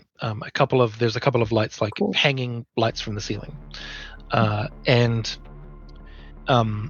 you notice that as you flick the light, the light switch felt kind of wet, and you pull away, and your hand is covered in like some kind of weird slime. It's very, very, very black. Ooh. And from the small spots of light you can see in the ranger's office that the majority of the furniture is still there. In terms of there is like the front desk is there, and the like the kind of terminal that people sign in and things are still there. But you can also see coming up through the floorboards, and also it looks like they're coming out of certain cupboards. It looks like tree roots that are kind of spread around the floor. They look slick with that same kind of black goo that's on your hands. Guys, I think there's mold in here. Still dark in here, though? Not We can see a completely little dark. There are some bits of light. Is the floor squishy? Like, is the floor? The floor you're if you standing on reach is out wood. and- yeah, cool. Like And it's solid in the sense that, like, is the floor stable? Yeah, feels pretty stable. Yeah. Okay. Yeah, cool. Allan, is there something I could roll to see if I have a flashlight in my backpack? I mean, yeah, maybe. Let's I would say, yeah, give me a tinker roll. As that's happening, Gareth's just gonna like step through the door and see that Jack's hand is covered in this goop, and chuck the bandana that he habitually keeps in his back pocket over to, here you go, Jack. Clean yourself up. Thanks. Goose egg. Alas, you do not. Okay. Shoot. You had one in there, and then you took it out to rearrange it and forgot to put it back in. Would is this like goo anything that we have heard about people like seeing before?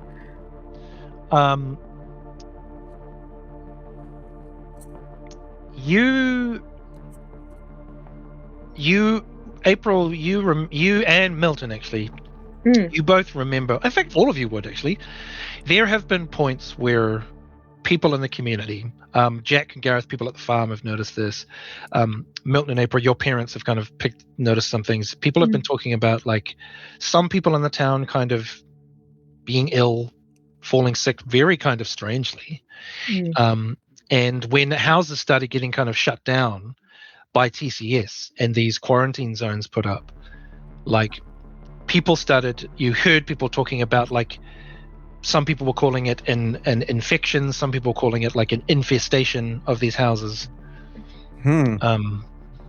So there's parts of Pinehurst where houses are like fenced off and vacant and wow, okay. Not so much in the city, more so these houses on the mountain. Okay. But people in the town have been reported as being like having a kind of illness. You guys, do you think we're gonna get sick? Yeah, I'm just gonna pull up the like top of my shirt and like put it over my face a little bit. I'm gonna do the same thing. Yeah. Can I see any? Because I couldn't hear anybody on that was moving around in here. But with the lights on, does there seem to be any tech in here that would be something that would be giving off that static signal? Like, if there's something that was saying Ranger, is there something here that could be putting that you know that in the Rangers, in like the essentially the Rangers office, there is like a communications radio. Right. Okay.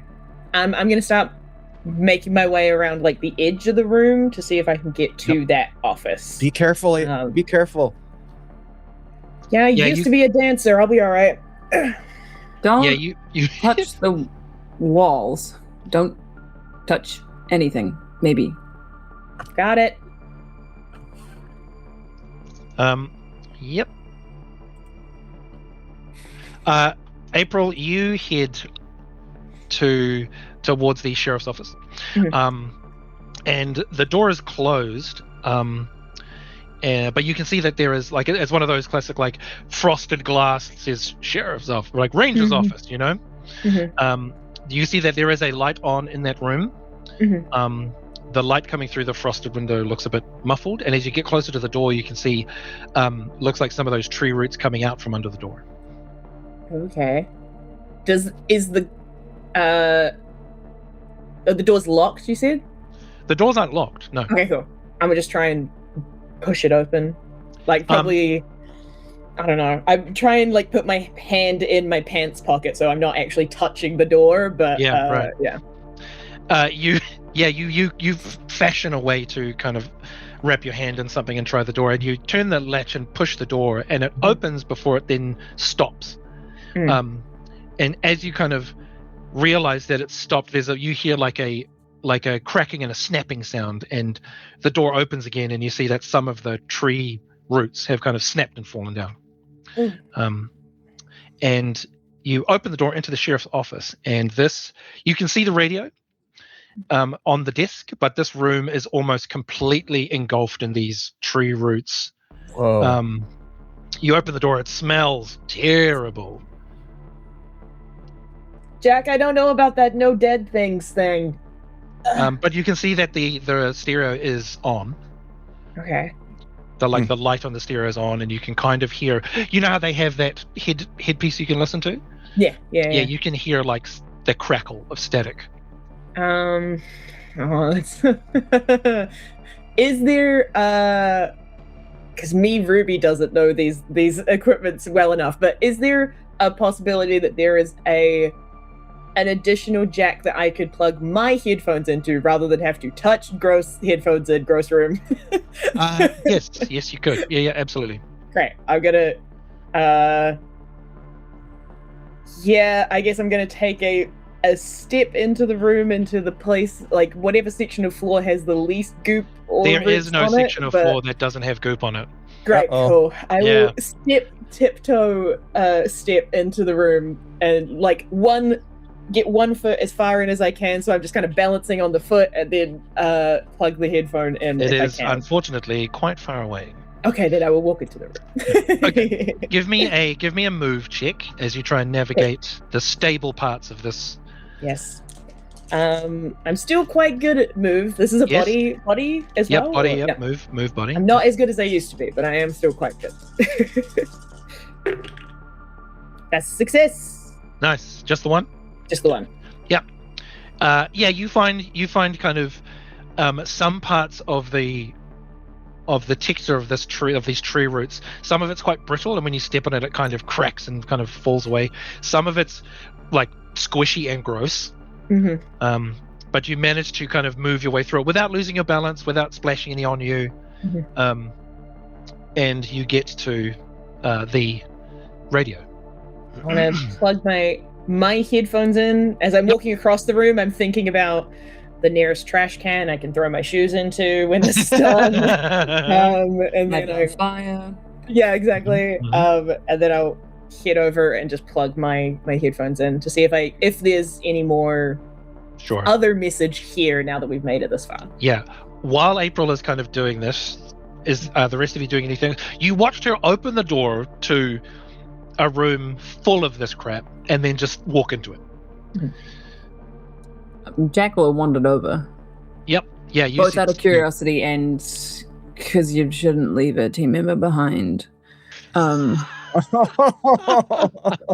god! Like begrudging. Going off Jack's by yourself again. We made it in. It's full of disgusting stuff.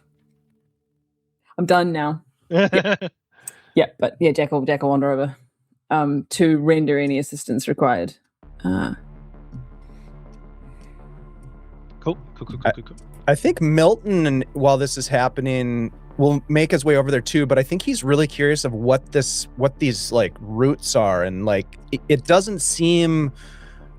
seems like this growth, if it's natural, it seems like this is pretty aggressive growth pattern of whatever this is. So I'm going to do a little bit investigation of whatever this is, this biological or otherwise. How are you investigating? I would say that I am poking it like any 15-year-old boy would do with some implement, either a stick or maybe I probably have a little pocket knife, a little Swiss Army knife in my pocket that I carry with me that has like the tweezers, and the toothpick is missing. Of course, you always lose the toothpick. Always lose the toothpick. And it's got the little scissors that just get jammed and gummed up that are pretty much worthless, but it does have the nail file part, which actually comes in really handy. And so I'm gonna like try to poke it a little bit, and then I'm gonna try to like maybe take a piece of it, like cut a piece of it off. Yeah, sure. That you want to give me an investigation? Sure. Investigate? Yeah, investigate. Yeah. Okay. Should be good for me. 8 dice. Oof. Yeah, that is good. 2 successes. Nice. So you look at it and it feels it like as you jab it, parts of it feel just like slimy wood, right? Like there have been times where you've seen like wood that's kind of been in like really swampy water and it gets kind of that film of gunk on it. And then you notice that some parts of it are like squishy, and you dig the nail file into one of the squishy parts, and try to like leverage a piece off, and as you do, it kind of bursts, and that black water kind of spills out. Gross. But yeah, you can kind of fish around and take a sample if you want. Do you have anything to keep in it?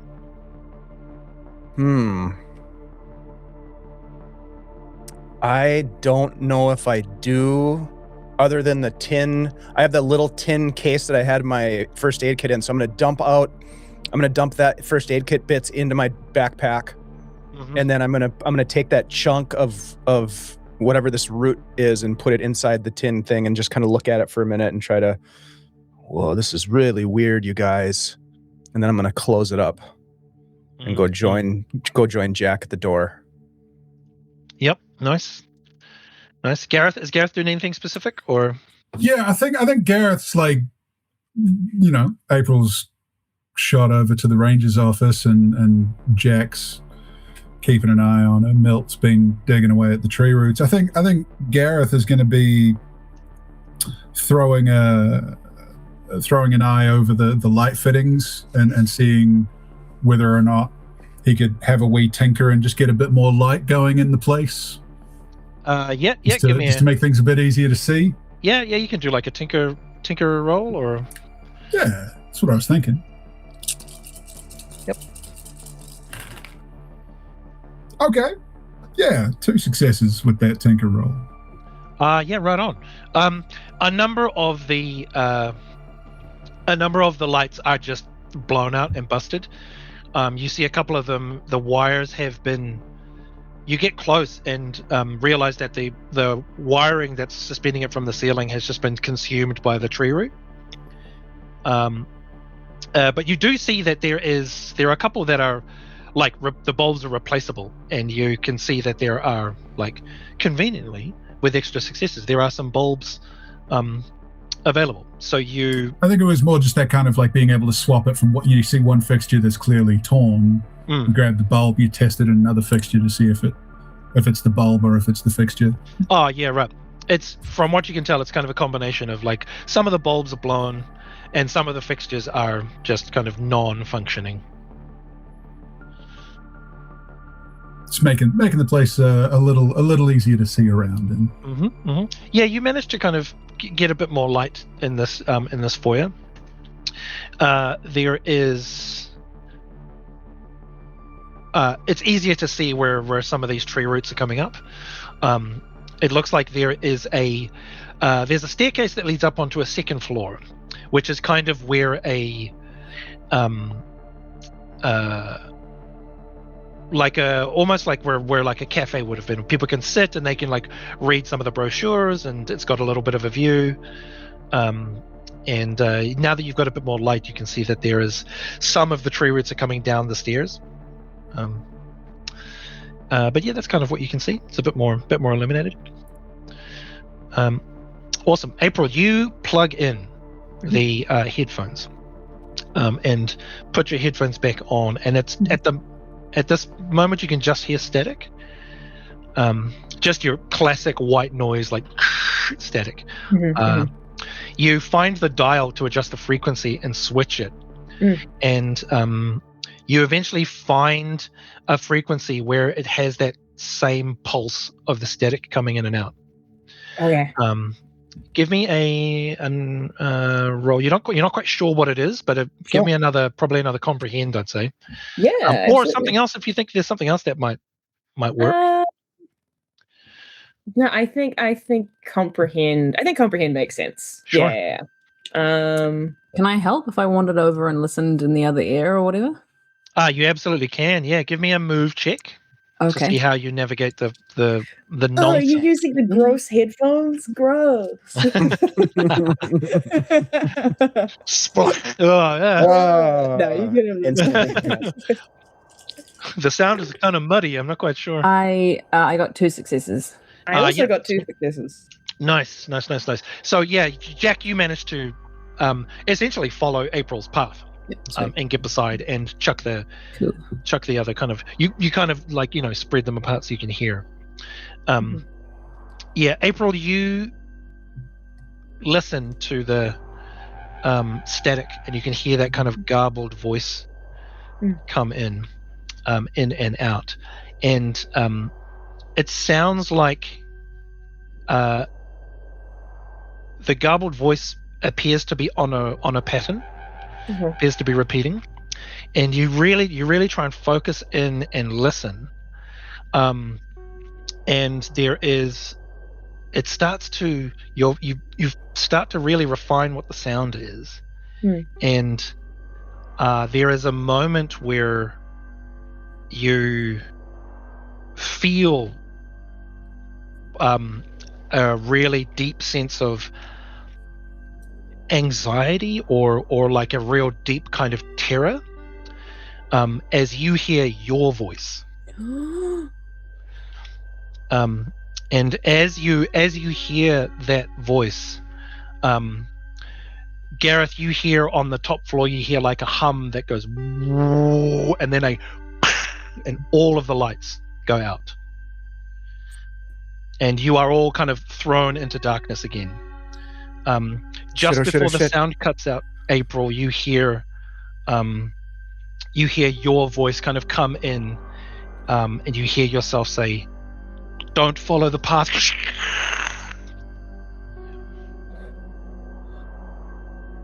Does it? Okay. Does it sound like me at this age? Because hearing that from in her own voice, I think she has an immediate flashback to when they were last on the mountain, and she was making fun of everybody and being like, "Don't follow the stairs if you see stairs in the woods, because you'll get lost forever." Does it sound like something from, like, it could have been a recording of that back then, or does it sound like her now as the 18-year-old? It doesn't sound like you now. Okay. You kind of, you're trying to figure this out, right? And you realize the deep sense of terror comes from the fact that you know that's your voice. Yeah. But it's not your voice now. Yeah. As all of you are plunged into darkness, you all hear a slow rhythmic kind of thud. And you all think you're hearing your own blood, like your own pulse kind of throb in your ears. Before you realize that it's not coming from your ears, it's coming from the space around you. And you threw out the door. Gareth, you're kind of in the middle of the room, and there is you see like a red kind of glow come from a room beside you, which you look over and you can see is like the gift store. And in that light, you see reflected in the space around you, you're still in the ranger's office. Milton, April, Jack, you are in darkness. Oh shit! Gareth, was that you, Gareth? What? Just turn the lights back on, please. Please turn the lights back on. Mil, hush. If there's a window in there, I'm gonna need y'all to look for it, because I think it's about time for us to get going. I think April, when you heard that sound, like had fully kind of thrown the headphones and is now sort of like scrambling back to the set to try and unplug them and get them back on. Looks in the direction that I think Jack is in, because we're in mostly darkness. Yeah. You scrabble and like unplug your headphones and try to find Jack, and you kind of collide with Jack. April kind of bumps into you. Did you hear that? Did I hear it? Yes, you did. Yes. Yeah, holy fuck. That. Wait, which part? The thud or the you? I don't know. Milton, Gareth, you're okay? What's going on? Yeah. I'm gonna like grab Jack's arm very tightly. Yeah, Milton, you can't see much in the dark, but you turn around you and you can kind of see the silhouette of Gareth backlit by something red that starts to glow. As that's happening, you just hear this shh. Talk outside. We need to leave now. Gareth is doing that really calm voice thing again, you guys. I think it's time to go. It's time to go. On the double success that I rolled on my move just before, can I get me and Ruby out the door? Yeah, I'd say you have enough you have like a muscle memory, like a proprioceptive awareness. Yeah, you guys get out the door. Yeah. You get out the door and you remember that Milt was out there, so you managed to dodge Milton as well. The four of you are kind of in the foyer now, and you can see this red light emanating from the gift shop. Milton is grabbing onto Jack's arm right away when Jack is close enough. Just boom, tight grip. Yeah, and you start to see another red light emanate from the stairs. The stairs go like up away from you and then turn around and come back to the floor above you. And you can see a red light starting to glow from there, and you also hear and notice a brackish black water begin to start running down the stairs. Oh boy. We head for the main door that we came in. Yeah. There is an impetus in Jack to move forward, but Jack is currently flanked by both April and Milton. Yeah. You all head for the door, and you collide with a solid wall. The door should be there. Wait, what? Gareth, where's the door? Different exit. Exit through the gift shop, right? Always gift shop. I wanted to go there anyway. There's probably some cool trinkets, maybe a little magnet. Can I see Gareth? You can kind of see each other very dimly, kind of lit in. Gareth, the door doesn't exist anymore. Does this happen a lot around? No. No, this is new. Huh. Well,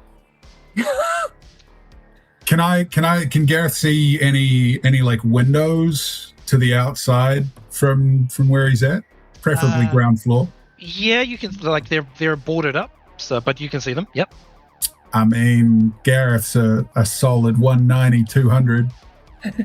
I think Gareth's gonna just throw himself at the boards best he can and see what happens. Yeah, give me a force roll. Oh damn. While that's happening, April, you're kind of looking around, seeing this red light. You glance down at the hand that pulled the headphone jack out, and it's kind of covered in this black goop. Oh. I handed the bandana. That's also covered in black goop. Yeah. Well, saturated. So I got 2 1s and 1 6. Okay, nice. That is a success. So Gareth just goes hurtling at this window, and throws himself, and you hear like glass break and wood splinter. And Gareth, you like launch yourself and find yourself kind of like wedged as you smash through the glass, through the boards on the outside of the window. But your shoulder is now nestled in these tree roots.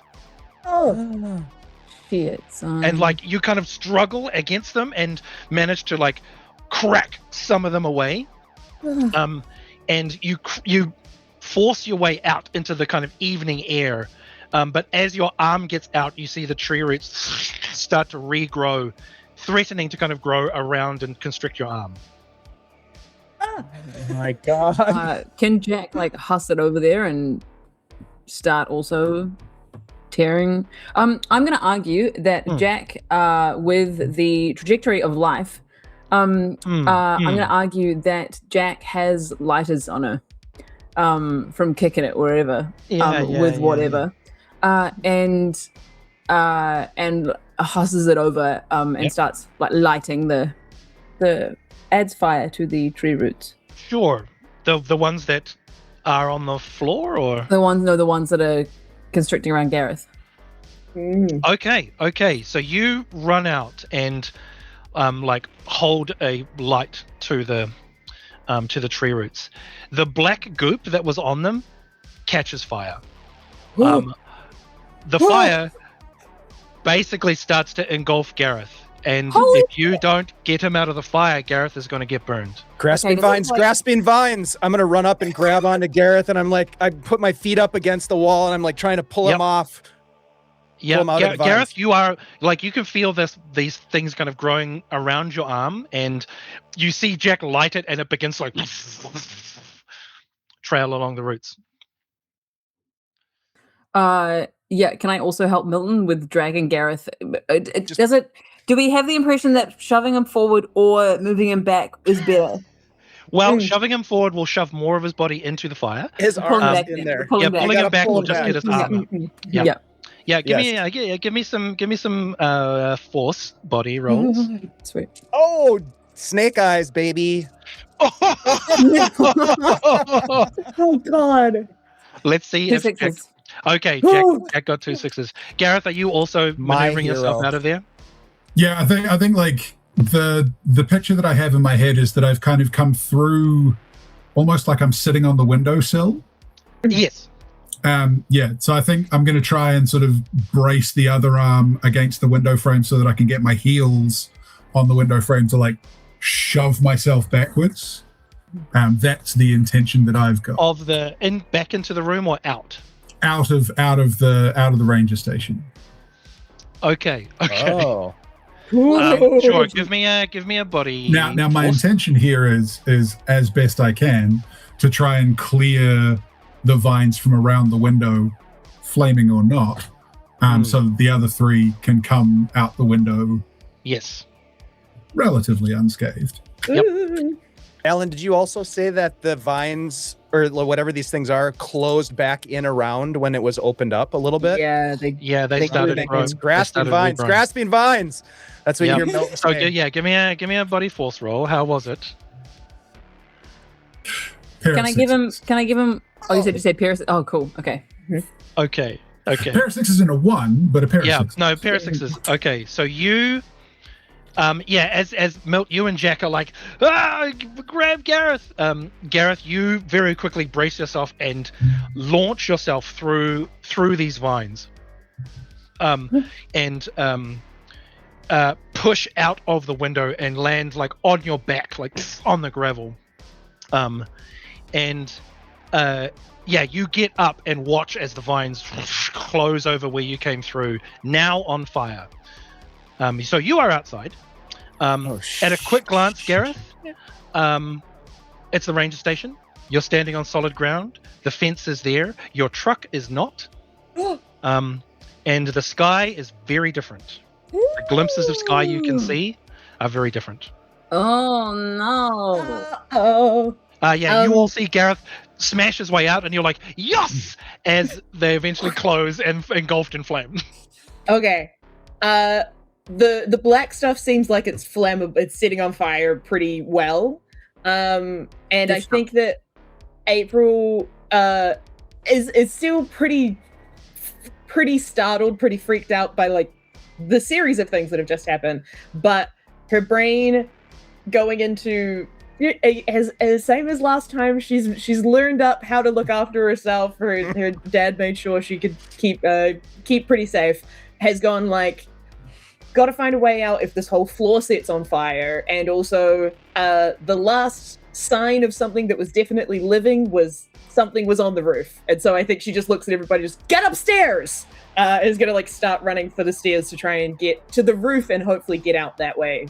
Yeah. Jack grabs Milton and we start running. Yeah. I'm gonna quickly look, Allan. I don't know. You like a lot of times in these ranger stations, there's gonna be like, in case of fire, break glass, and there's an axe.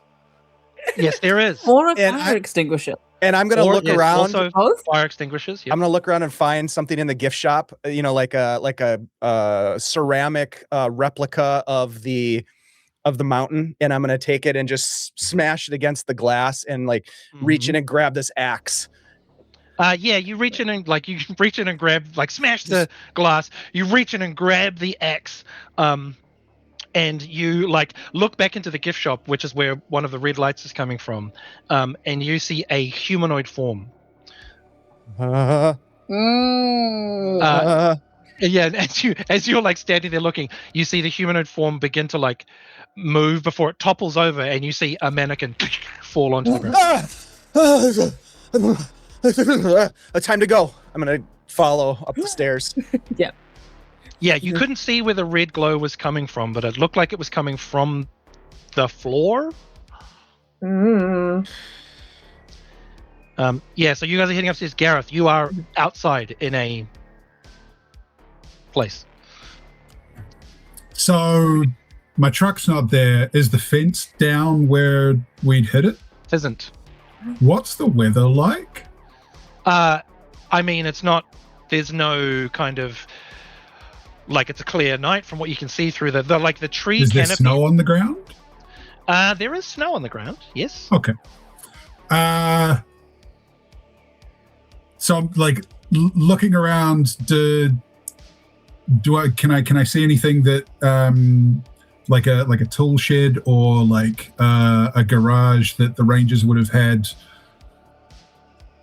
like snow skis or what have you in it? Yeah, give me an investigation check. There's nothing obvious, but you're fairly certain there's probably something like that. God damn it. Nothing. No snake eyes, but Well, you do find what would have been like an outdoor equipment shed, and you open it, and everything is overgrown to those vines. So even if there was equipment in there, it's like wouldn't be able to get to it easily. okay. So what I would quite like to do is taking a hard look at the outside of the ranger station. I want to see if I can like manipulate any of the available fixtures, tinker with them to see if I can connect the vines to the electric fence. Yeah, give me another roll. This could be like tinker or investigate or Tinker is what I'm swinging for. yeah, go for it. Because even in my injured state, it's still my best step. Yep. And I will take 2 6s out of 6 possible dice. Right on. Yeah, you find like the classic like power lines that have been kind of routed along the outside of the building, and you like wrench some of those off the wall, and basically just like jam an end of it into the gunk in the tool shed and then lead it out onto the fence and throw it onto the fence. And as it does so, that like it just like sparks, and the tree roots that are in the tool shed immediately kind of spark and engulf in flames, and you watch as some of that fire makes its way towards one of the boarded up windows, not the one you came through, but another one, and begins to like burn its way through that. Meanwhile, inside, Milton, you have an axe. The rest of you are heading upstairs, yeah? Yep. You all go upstairs. You realize as you get to up to that upper set of stairs and onto the landing, you slosh into like kind of halfway ankle deep weird water. It's not the black goo. Oh, phew. And it's not fire. And it's not fire. Not flammable. And it's weird kind of gross water.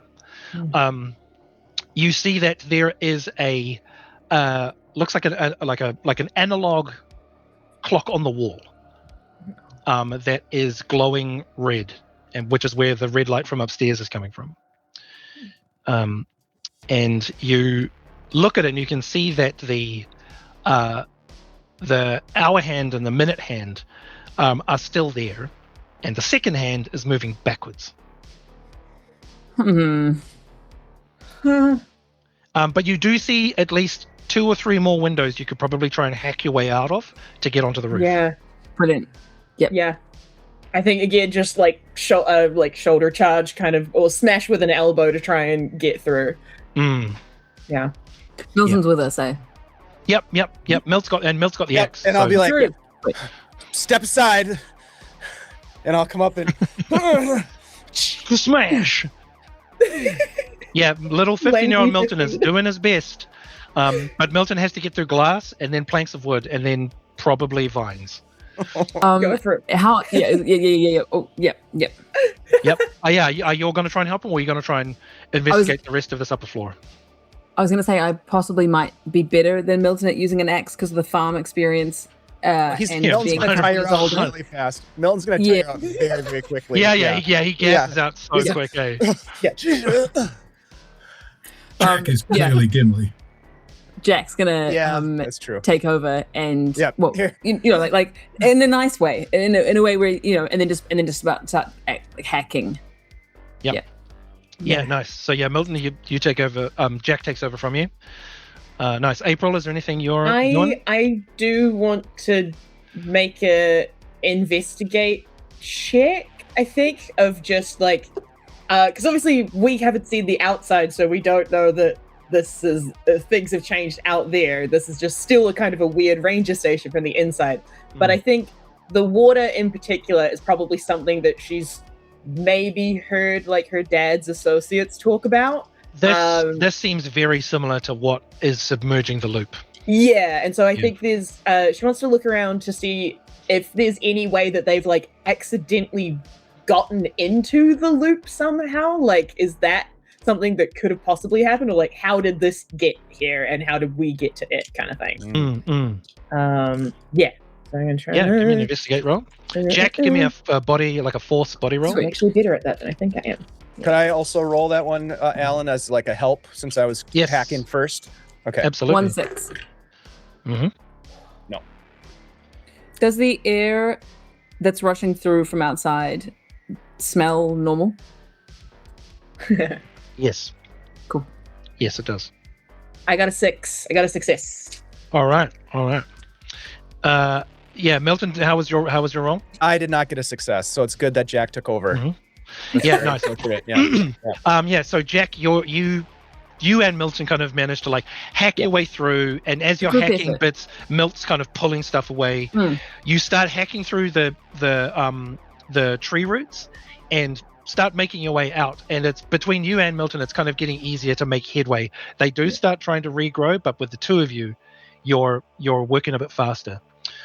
Gareth, downstairs you can see that the window that the fire had led to is kind of busted in, and you can hear the sounds of like hacking, like wood being broken from upstairs.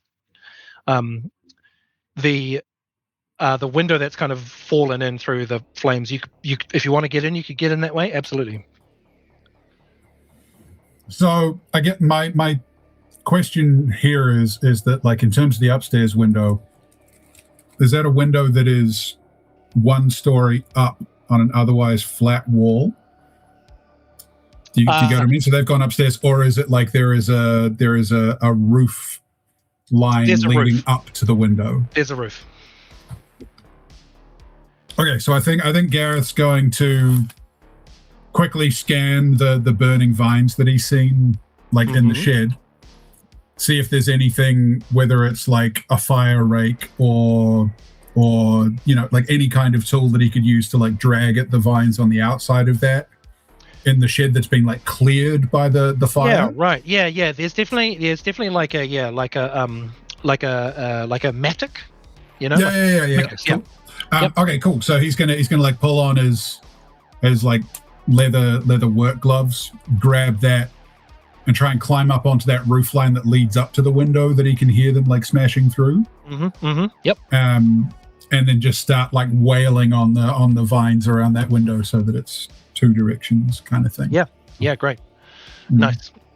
Cool. Whether that April, would be like a move or you tell me what you want to roll. move. I'd say move.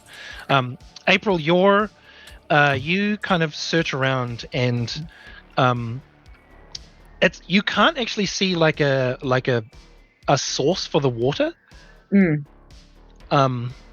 But you do notice that it is like the water level is rising, which is why it was kind of starting to head down the stairs. And as you're looking around, you glance up at one of the like boards on the wall that has like some of the hiking trails and like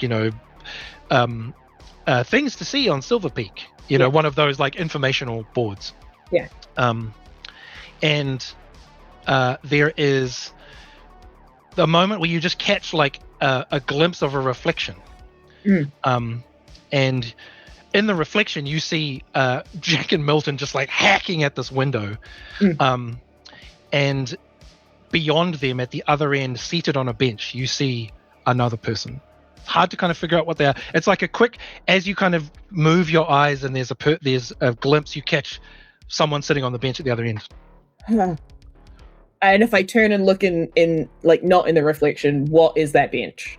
You can't quite see that bench. It's quite dark over there. Like, yeah, you're gonna have to get closer to see it. But this doesn't look like Milton and Jack can see it. They don't. They're too busy focused on the door. Yeah. You can also now hear like everyone on the roof like before a pickaxe just like into the vines where Jack and Milton are slamming. Okay. Oh God. Real quick. April's gonna pinch herself just in case they huffed something when we walked into this ranger station and we've actually all passed out. Because like water coming from nowhere. It was a dream all along. Yeah, exactly. She's just like, just to cover my bases. Gonna do that real quick, assuming nothing changes. And then it's going to like, it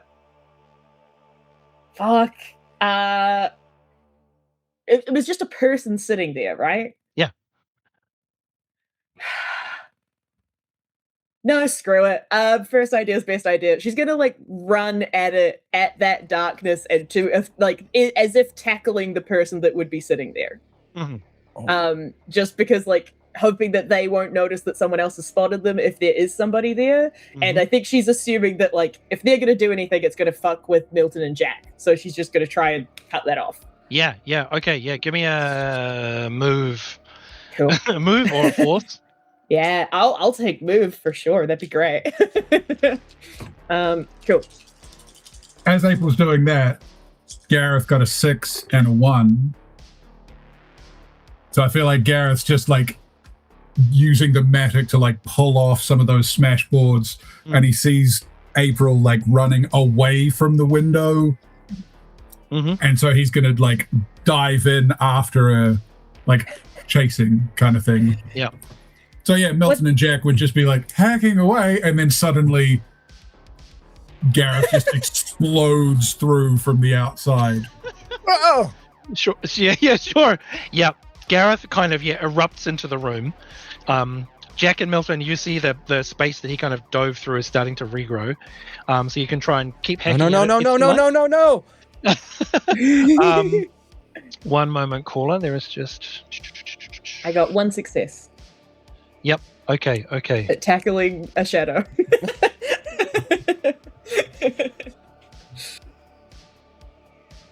Yeah. Okay. April, you go barreling into the darkness and dive to where this person is, and you just dive into the wall behind that bench. And as you're like you know how when you hit something and there's that flash of white, and you're like you slam into the wall and there's that like jeez, and you kind of sit there back against the wall. And you can see in front of you the shape of a person sitting. Looks like they're looking at you, and it looks like they have something across their lap that they're kind of holding. It's about yay long. It looks like a guitar. What the fuck? Gareth, you come running in, and you're like, April's kind of sitting against a wall looking real confused, staring at this bench in front of her. And Gareth, you look down on the bench and you see a wristwatch. You see a wristwatch, a very familiar wristwatch covered in blood. I think I'm gonna swipe that with one hand as I reach down and just like grab April's forearm. Now's not the time, Miss April. We need to go right now, and like pull her up towards the window to get everybody. It's closing up again, you guys. It's closing up. Yeah. Try and get through. Yep.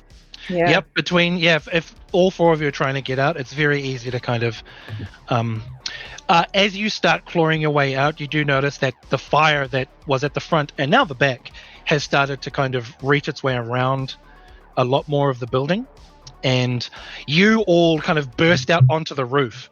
And as you do, like you do that classic, like you burst out, you start sliding down the roof and manage to kind of catch each other and hold on.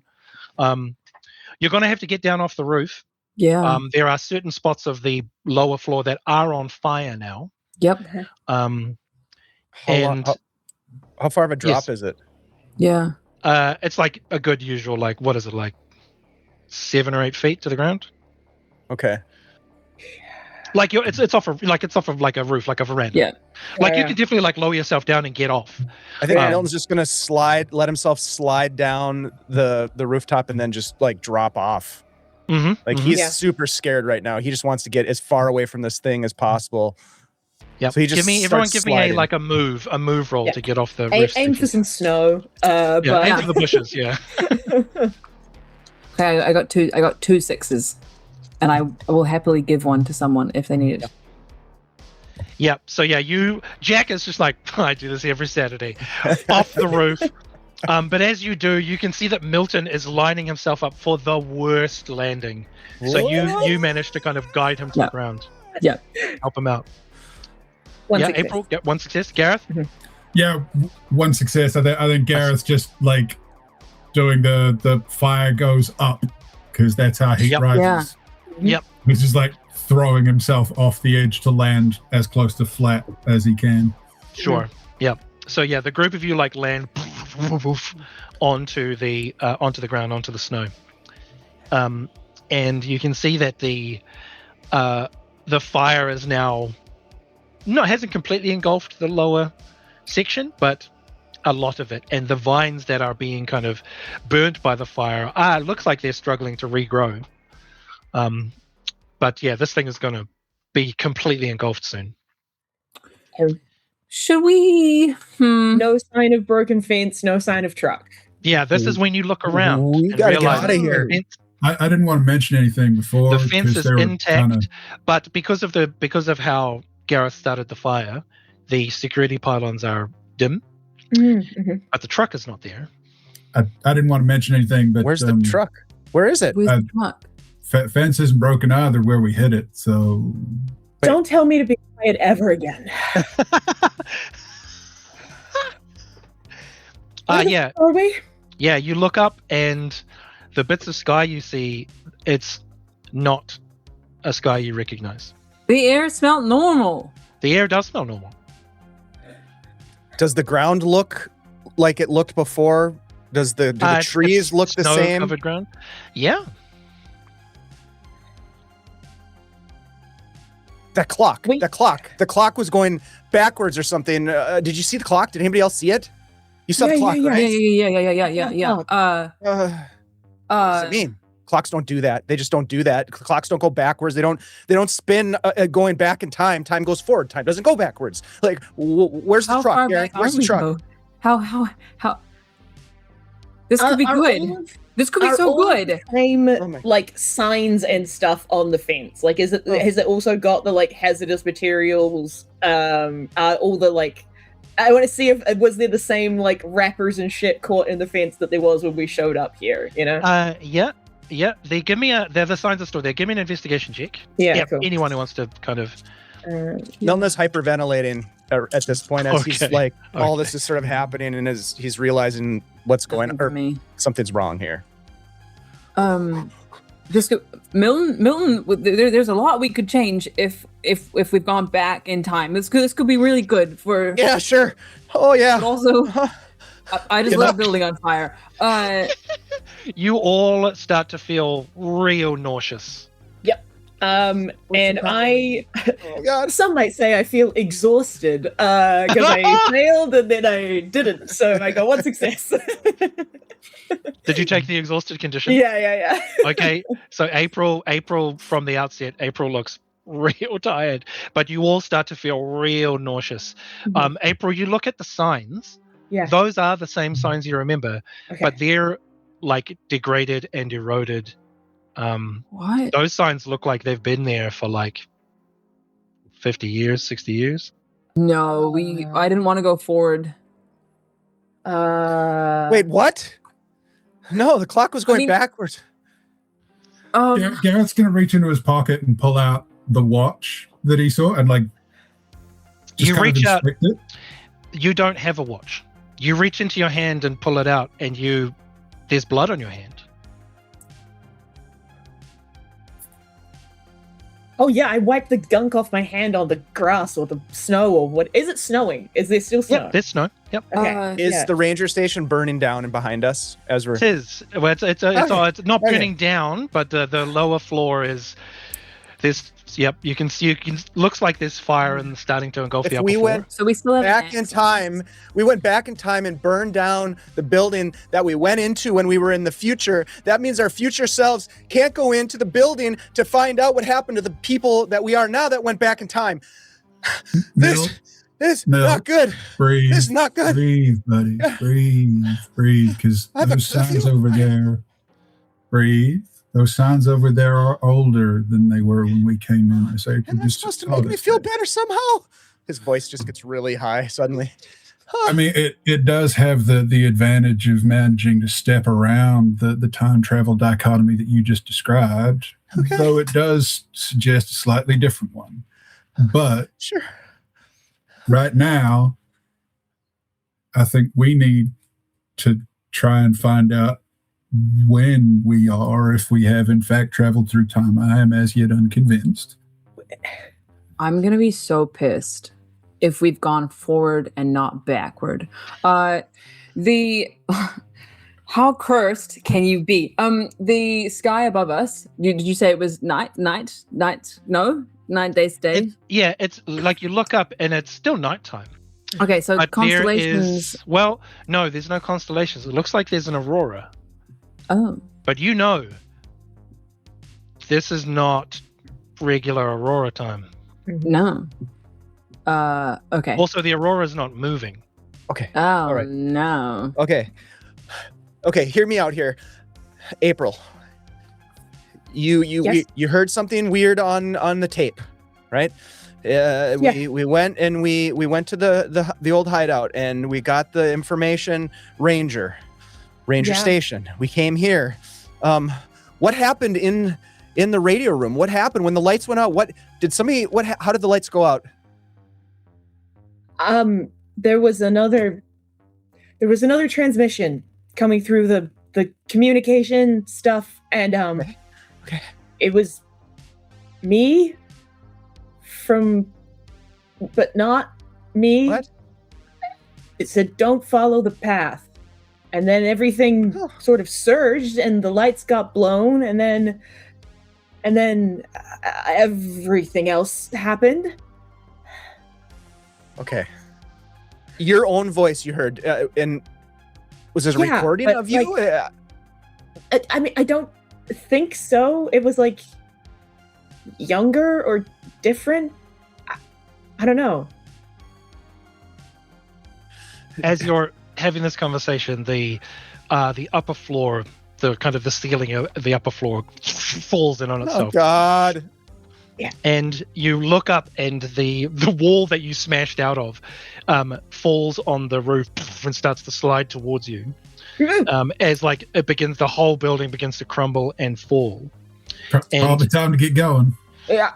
Where? You see it all tumble down, and you see from the fire and the bits of busted wood, you see an analog clock dunk, dunk, dunk, roll towards you in the snow.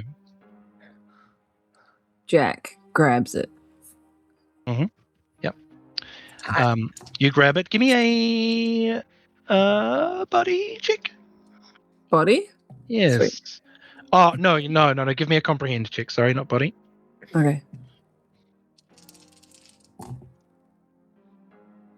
1-6. Okay.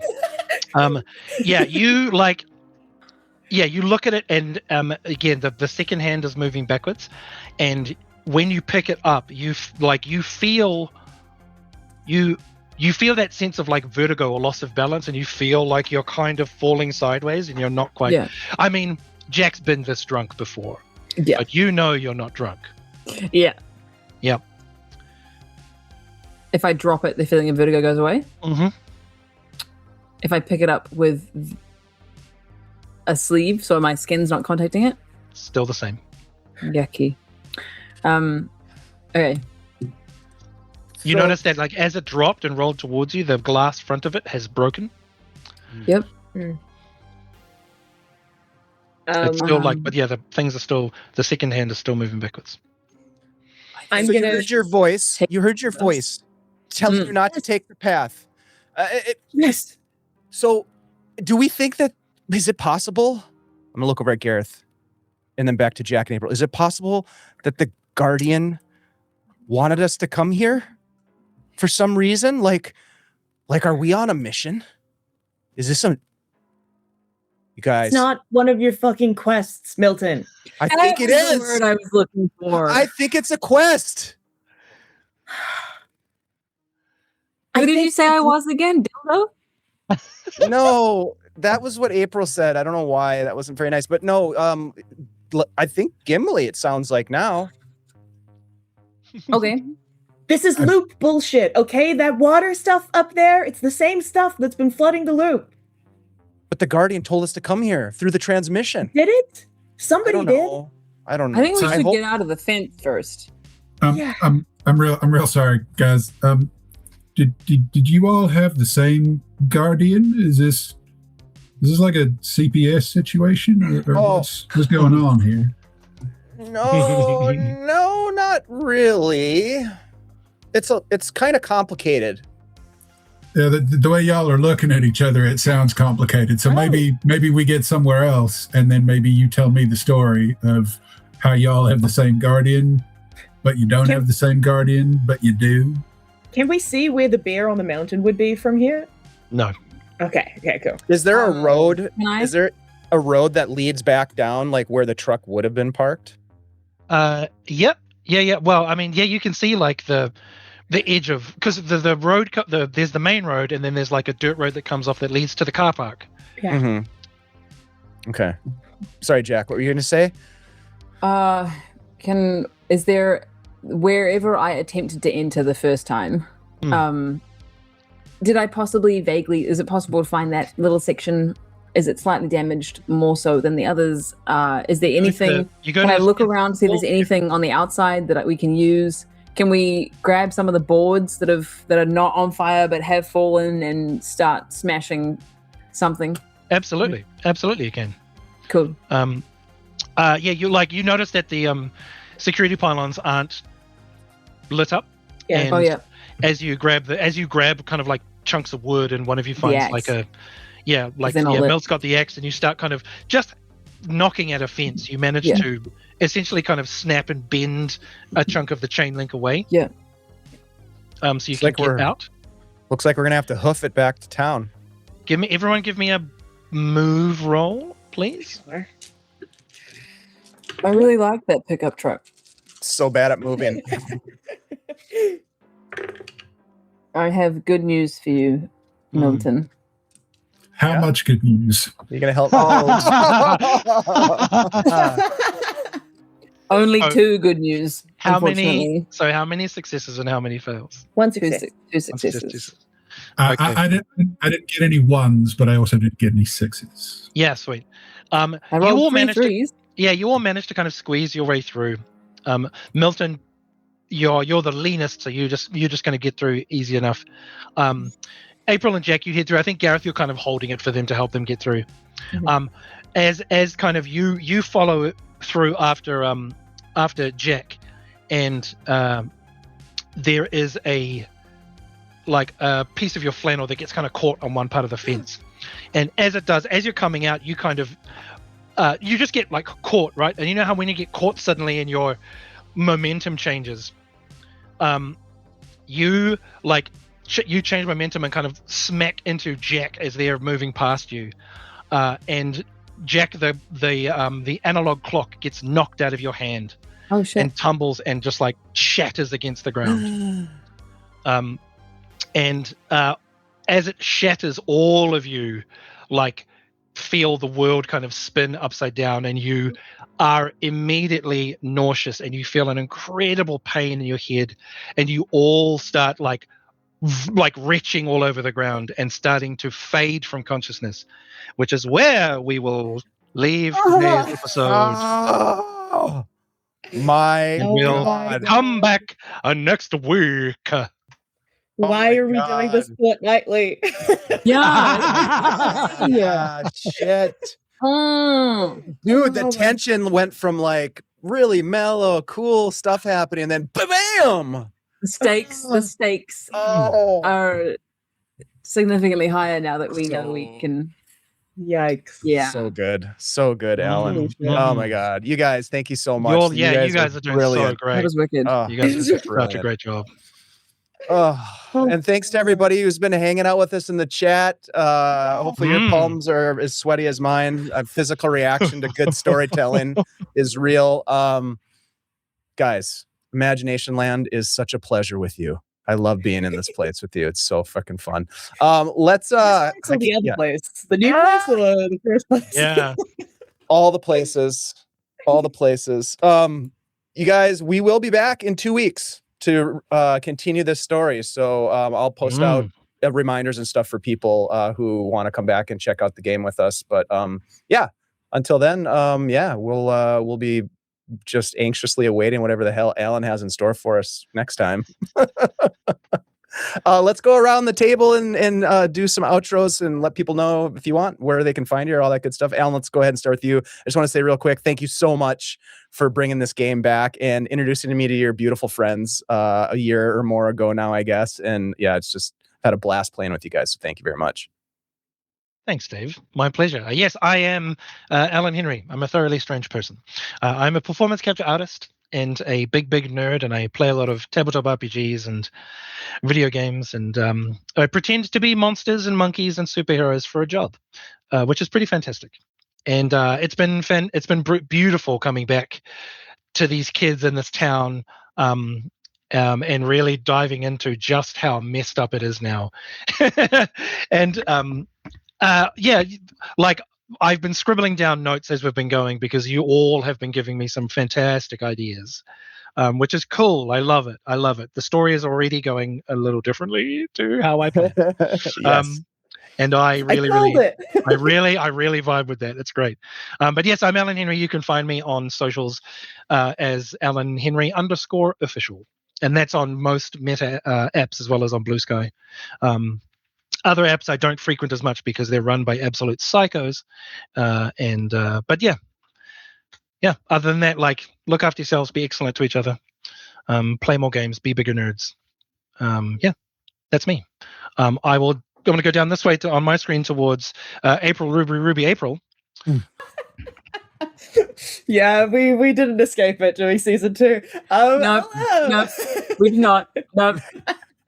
Hello, I'm Ruby. I play April, and I do things like this a lot. I am a professional storyteller and GM for hire, as well as playing a bunch of games in my own time on streams and various other places. I do gaming streams. I do cool other things all over the place. You can find my stuff at This Is Ruby OK on most platforms, including Twitch, and Blue Sky, and Meta things and all that jazz. This has been delightful. I'm so excited for the new and yet old vibe that we have come back to. I'm so looking forward to the rest of it. Amazing. But I will pass over to Josh. Kia ora, I'm Josh. I've been playing Gareth, the not quite innocent babe in the woods with this motley crew. But it has been a genuine delight getting back to Silver Peak and Pinehurst. I am a giant geek who is a lover and teller of stories. Shocker, I know. I'm also currently documenting my journey of starting a custom woodworking business. Company name is Sub Rosa Furniture, because I can't avoid geeky references anywhere, ever. But yeah, so either at Big J Cleary or at Sub Rosa Furniture. Come and find me, hang out, say hi, as you wish. I look forward to getting back to you guys in a couple of weeks and seeing what madness Gareth has been pulled into. And I'm going to chuck it over to Jack, to M. I'm Emily. I have played Jack today. I cannot wait to come back in 2 weeks. 2 weeks is way too far away. I'm so stoked that this time my technology functioned the whole way through. Yay! Snaps for me. I am a freelance editor, author, and TTRPG enthusiast, and you can find me on Instagram with @EmilyB_H. And I would love to chit chat, and just cannot wait to come back in 2 weeks and find out what's happened. Okay, and I'll throw back to Dave. Oh my gosh. You guys, again, love playing with you. Love you all dearly. This has been so much fun. These stories, especially this genre, for some reason, just really pulls on my heartstrings. Like, I really feel it. I mean, partially because we were alive during the period of time we're playing in, and it seems so real, but it's so good. I can't wait to get back to it. Yeah, a couple of quick announcements here. Let me get my head on straight. Tuesday night, we're heading back to our new Shadow Dark campaign called These Withered Roots, which is all about intergenerational trauma and the implications of really bad decisions made through historical progressions of conquest and imperialism. On Thursday, we're coming back to go up against some corporate malfeasance in our House of Eidolons game. And then we're going to come back here and try to figure out what the hell this so-called company has going on in this freaking world that Allan's created that is now terrifying. So thank you for that. Lots going on here. Guild Superior. Thank these people, first of all, you guys, for being part of it. Thank everybody who's in the chat or watching this at some point in the future. All of our games get archived over on YouTube, so you can go back and watch the Tales from the Loop game as well to learn more about these great characters and hashtag what happened to Jeremy. So anyways, we'll be back with more games, more fun. Nurture your imaginations. There's answers to a lot of our problems there. We just need to dig deep and remember that we have imaginations and we can leverage that for good things. We will see you on Tuesday. Thank you so much, everybody. Take care of yourselves and hang around for the raid. We're going to raid into the Dead Aussie Gamer. All right. Bye.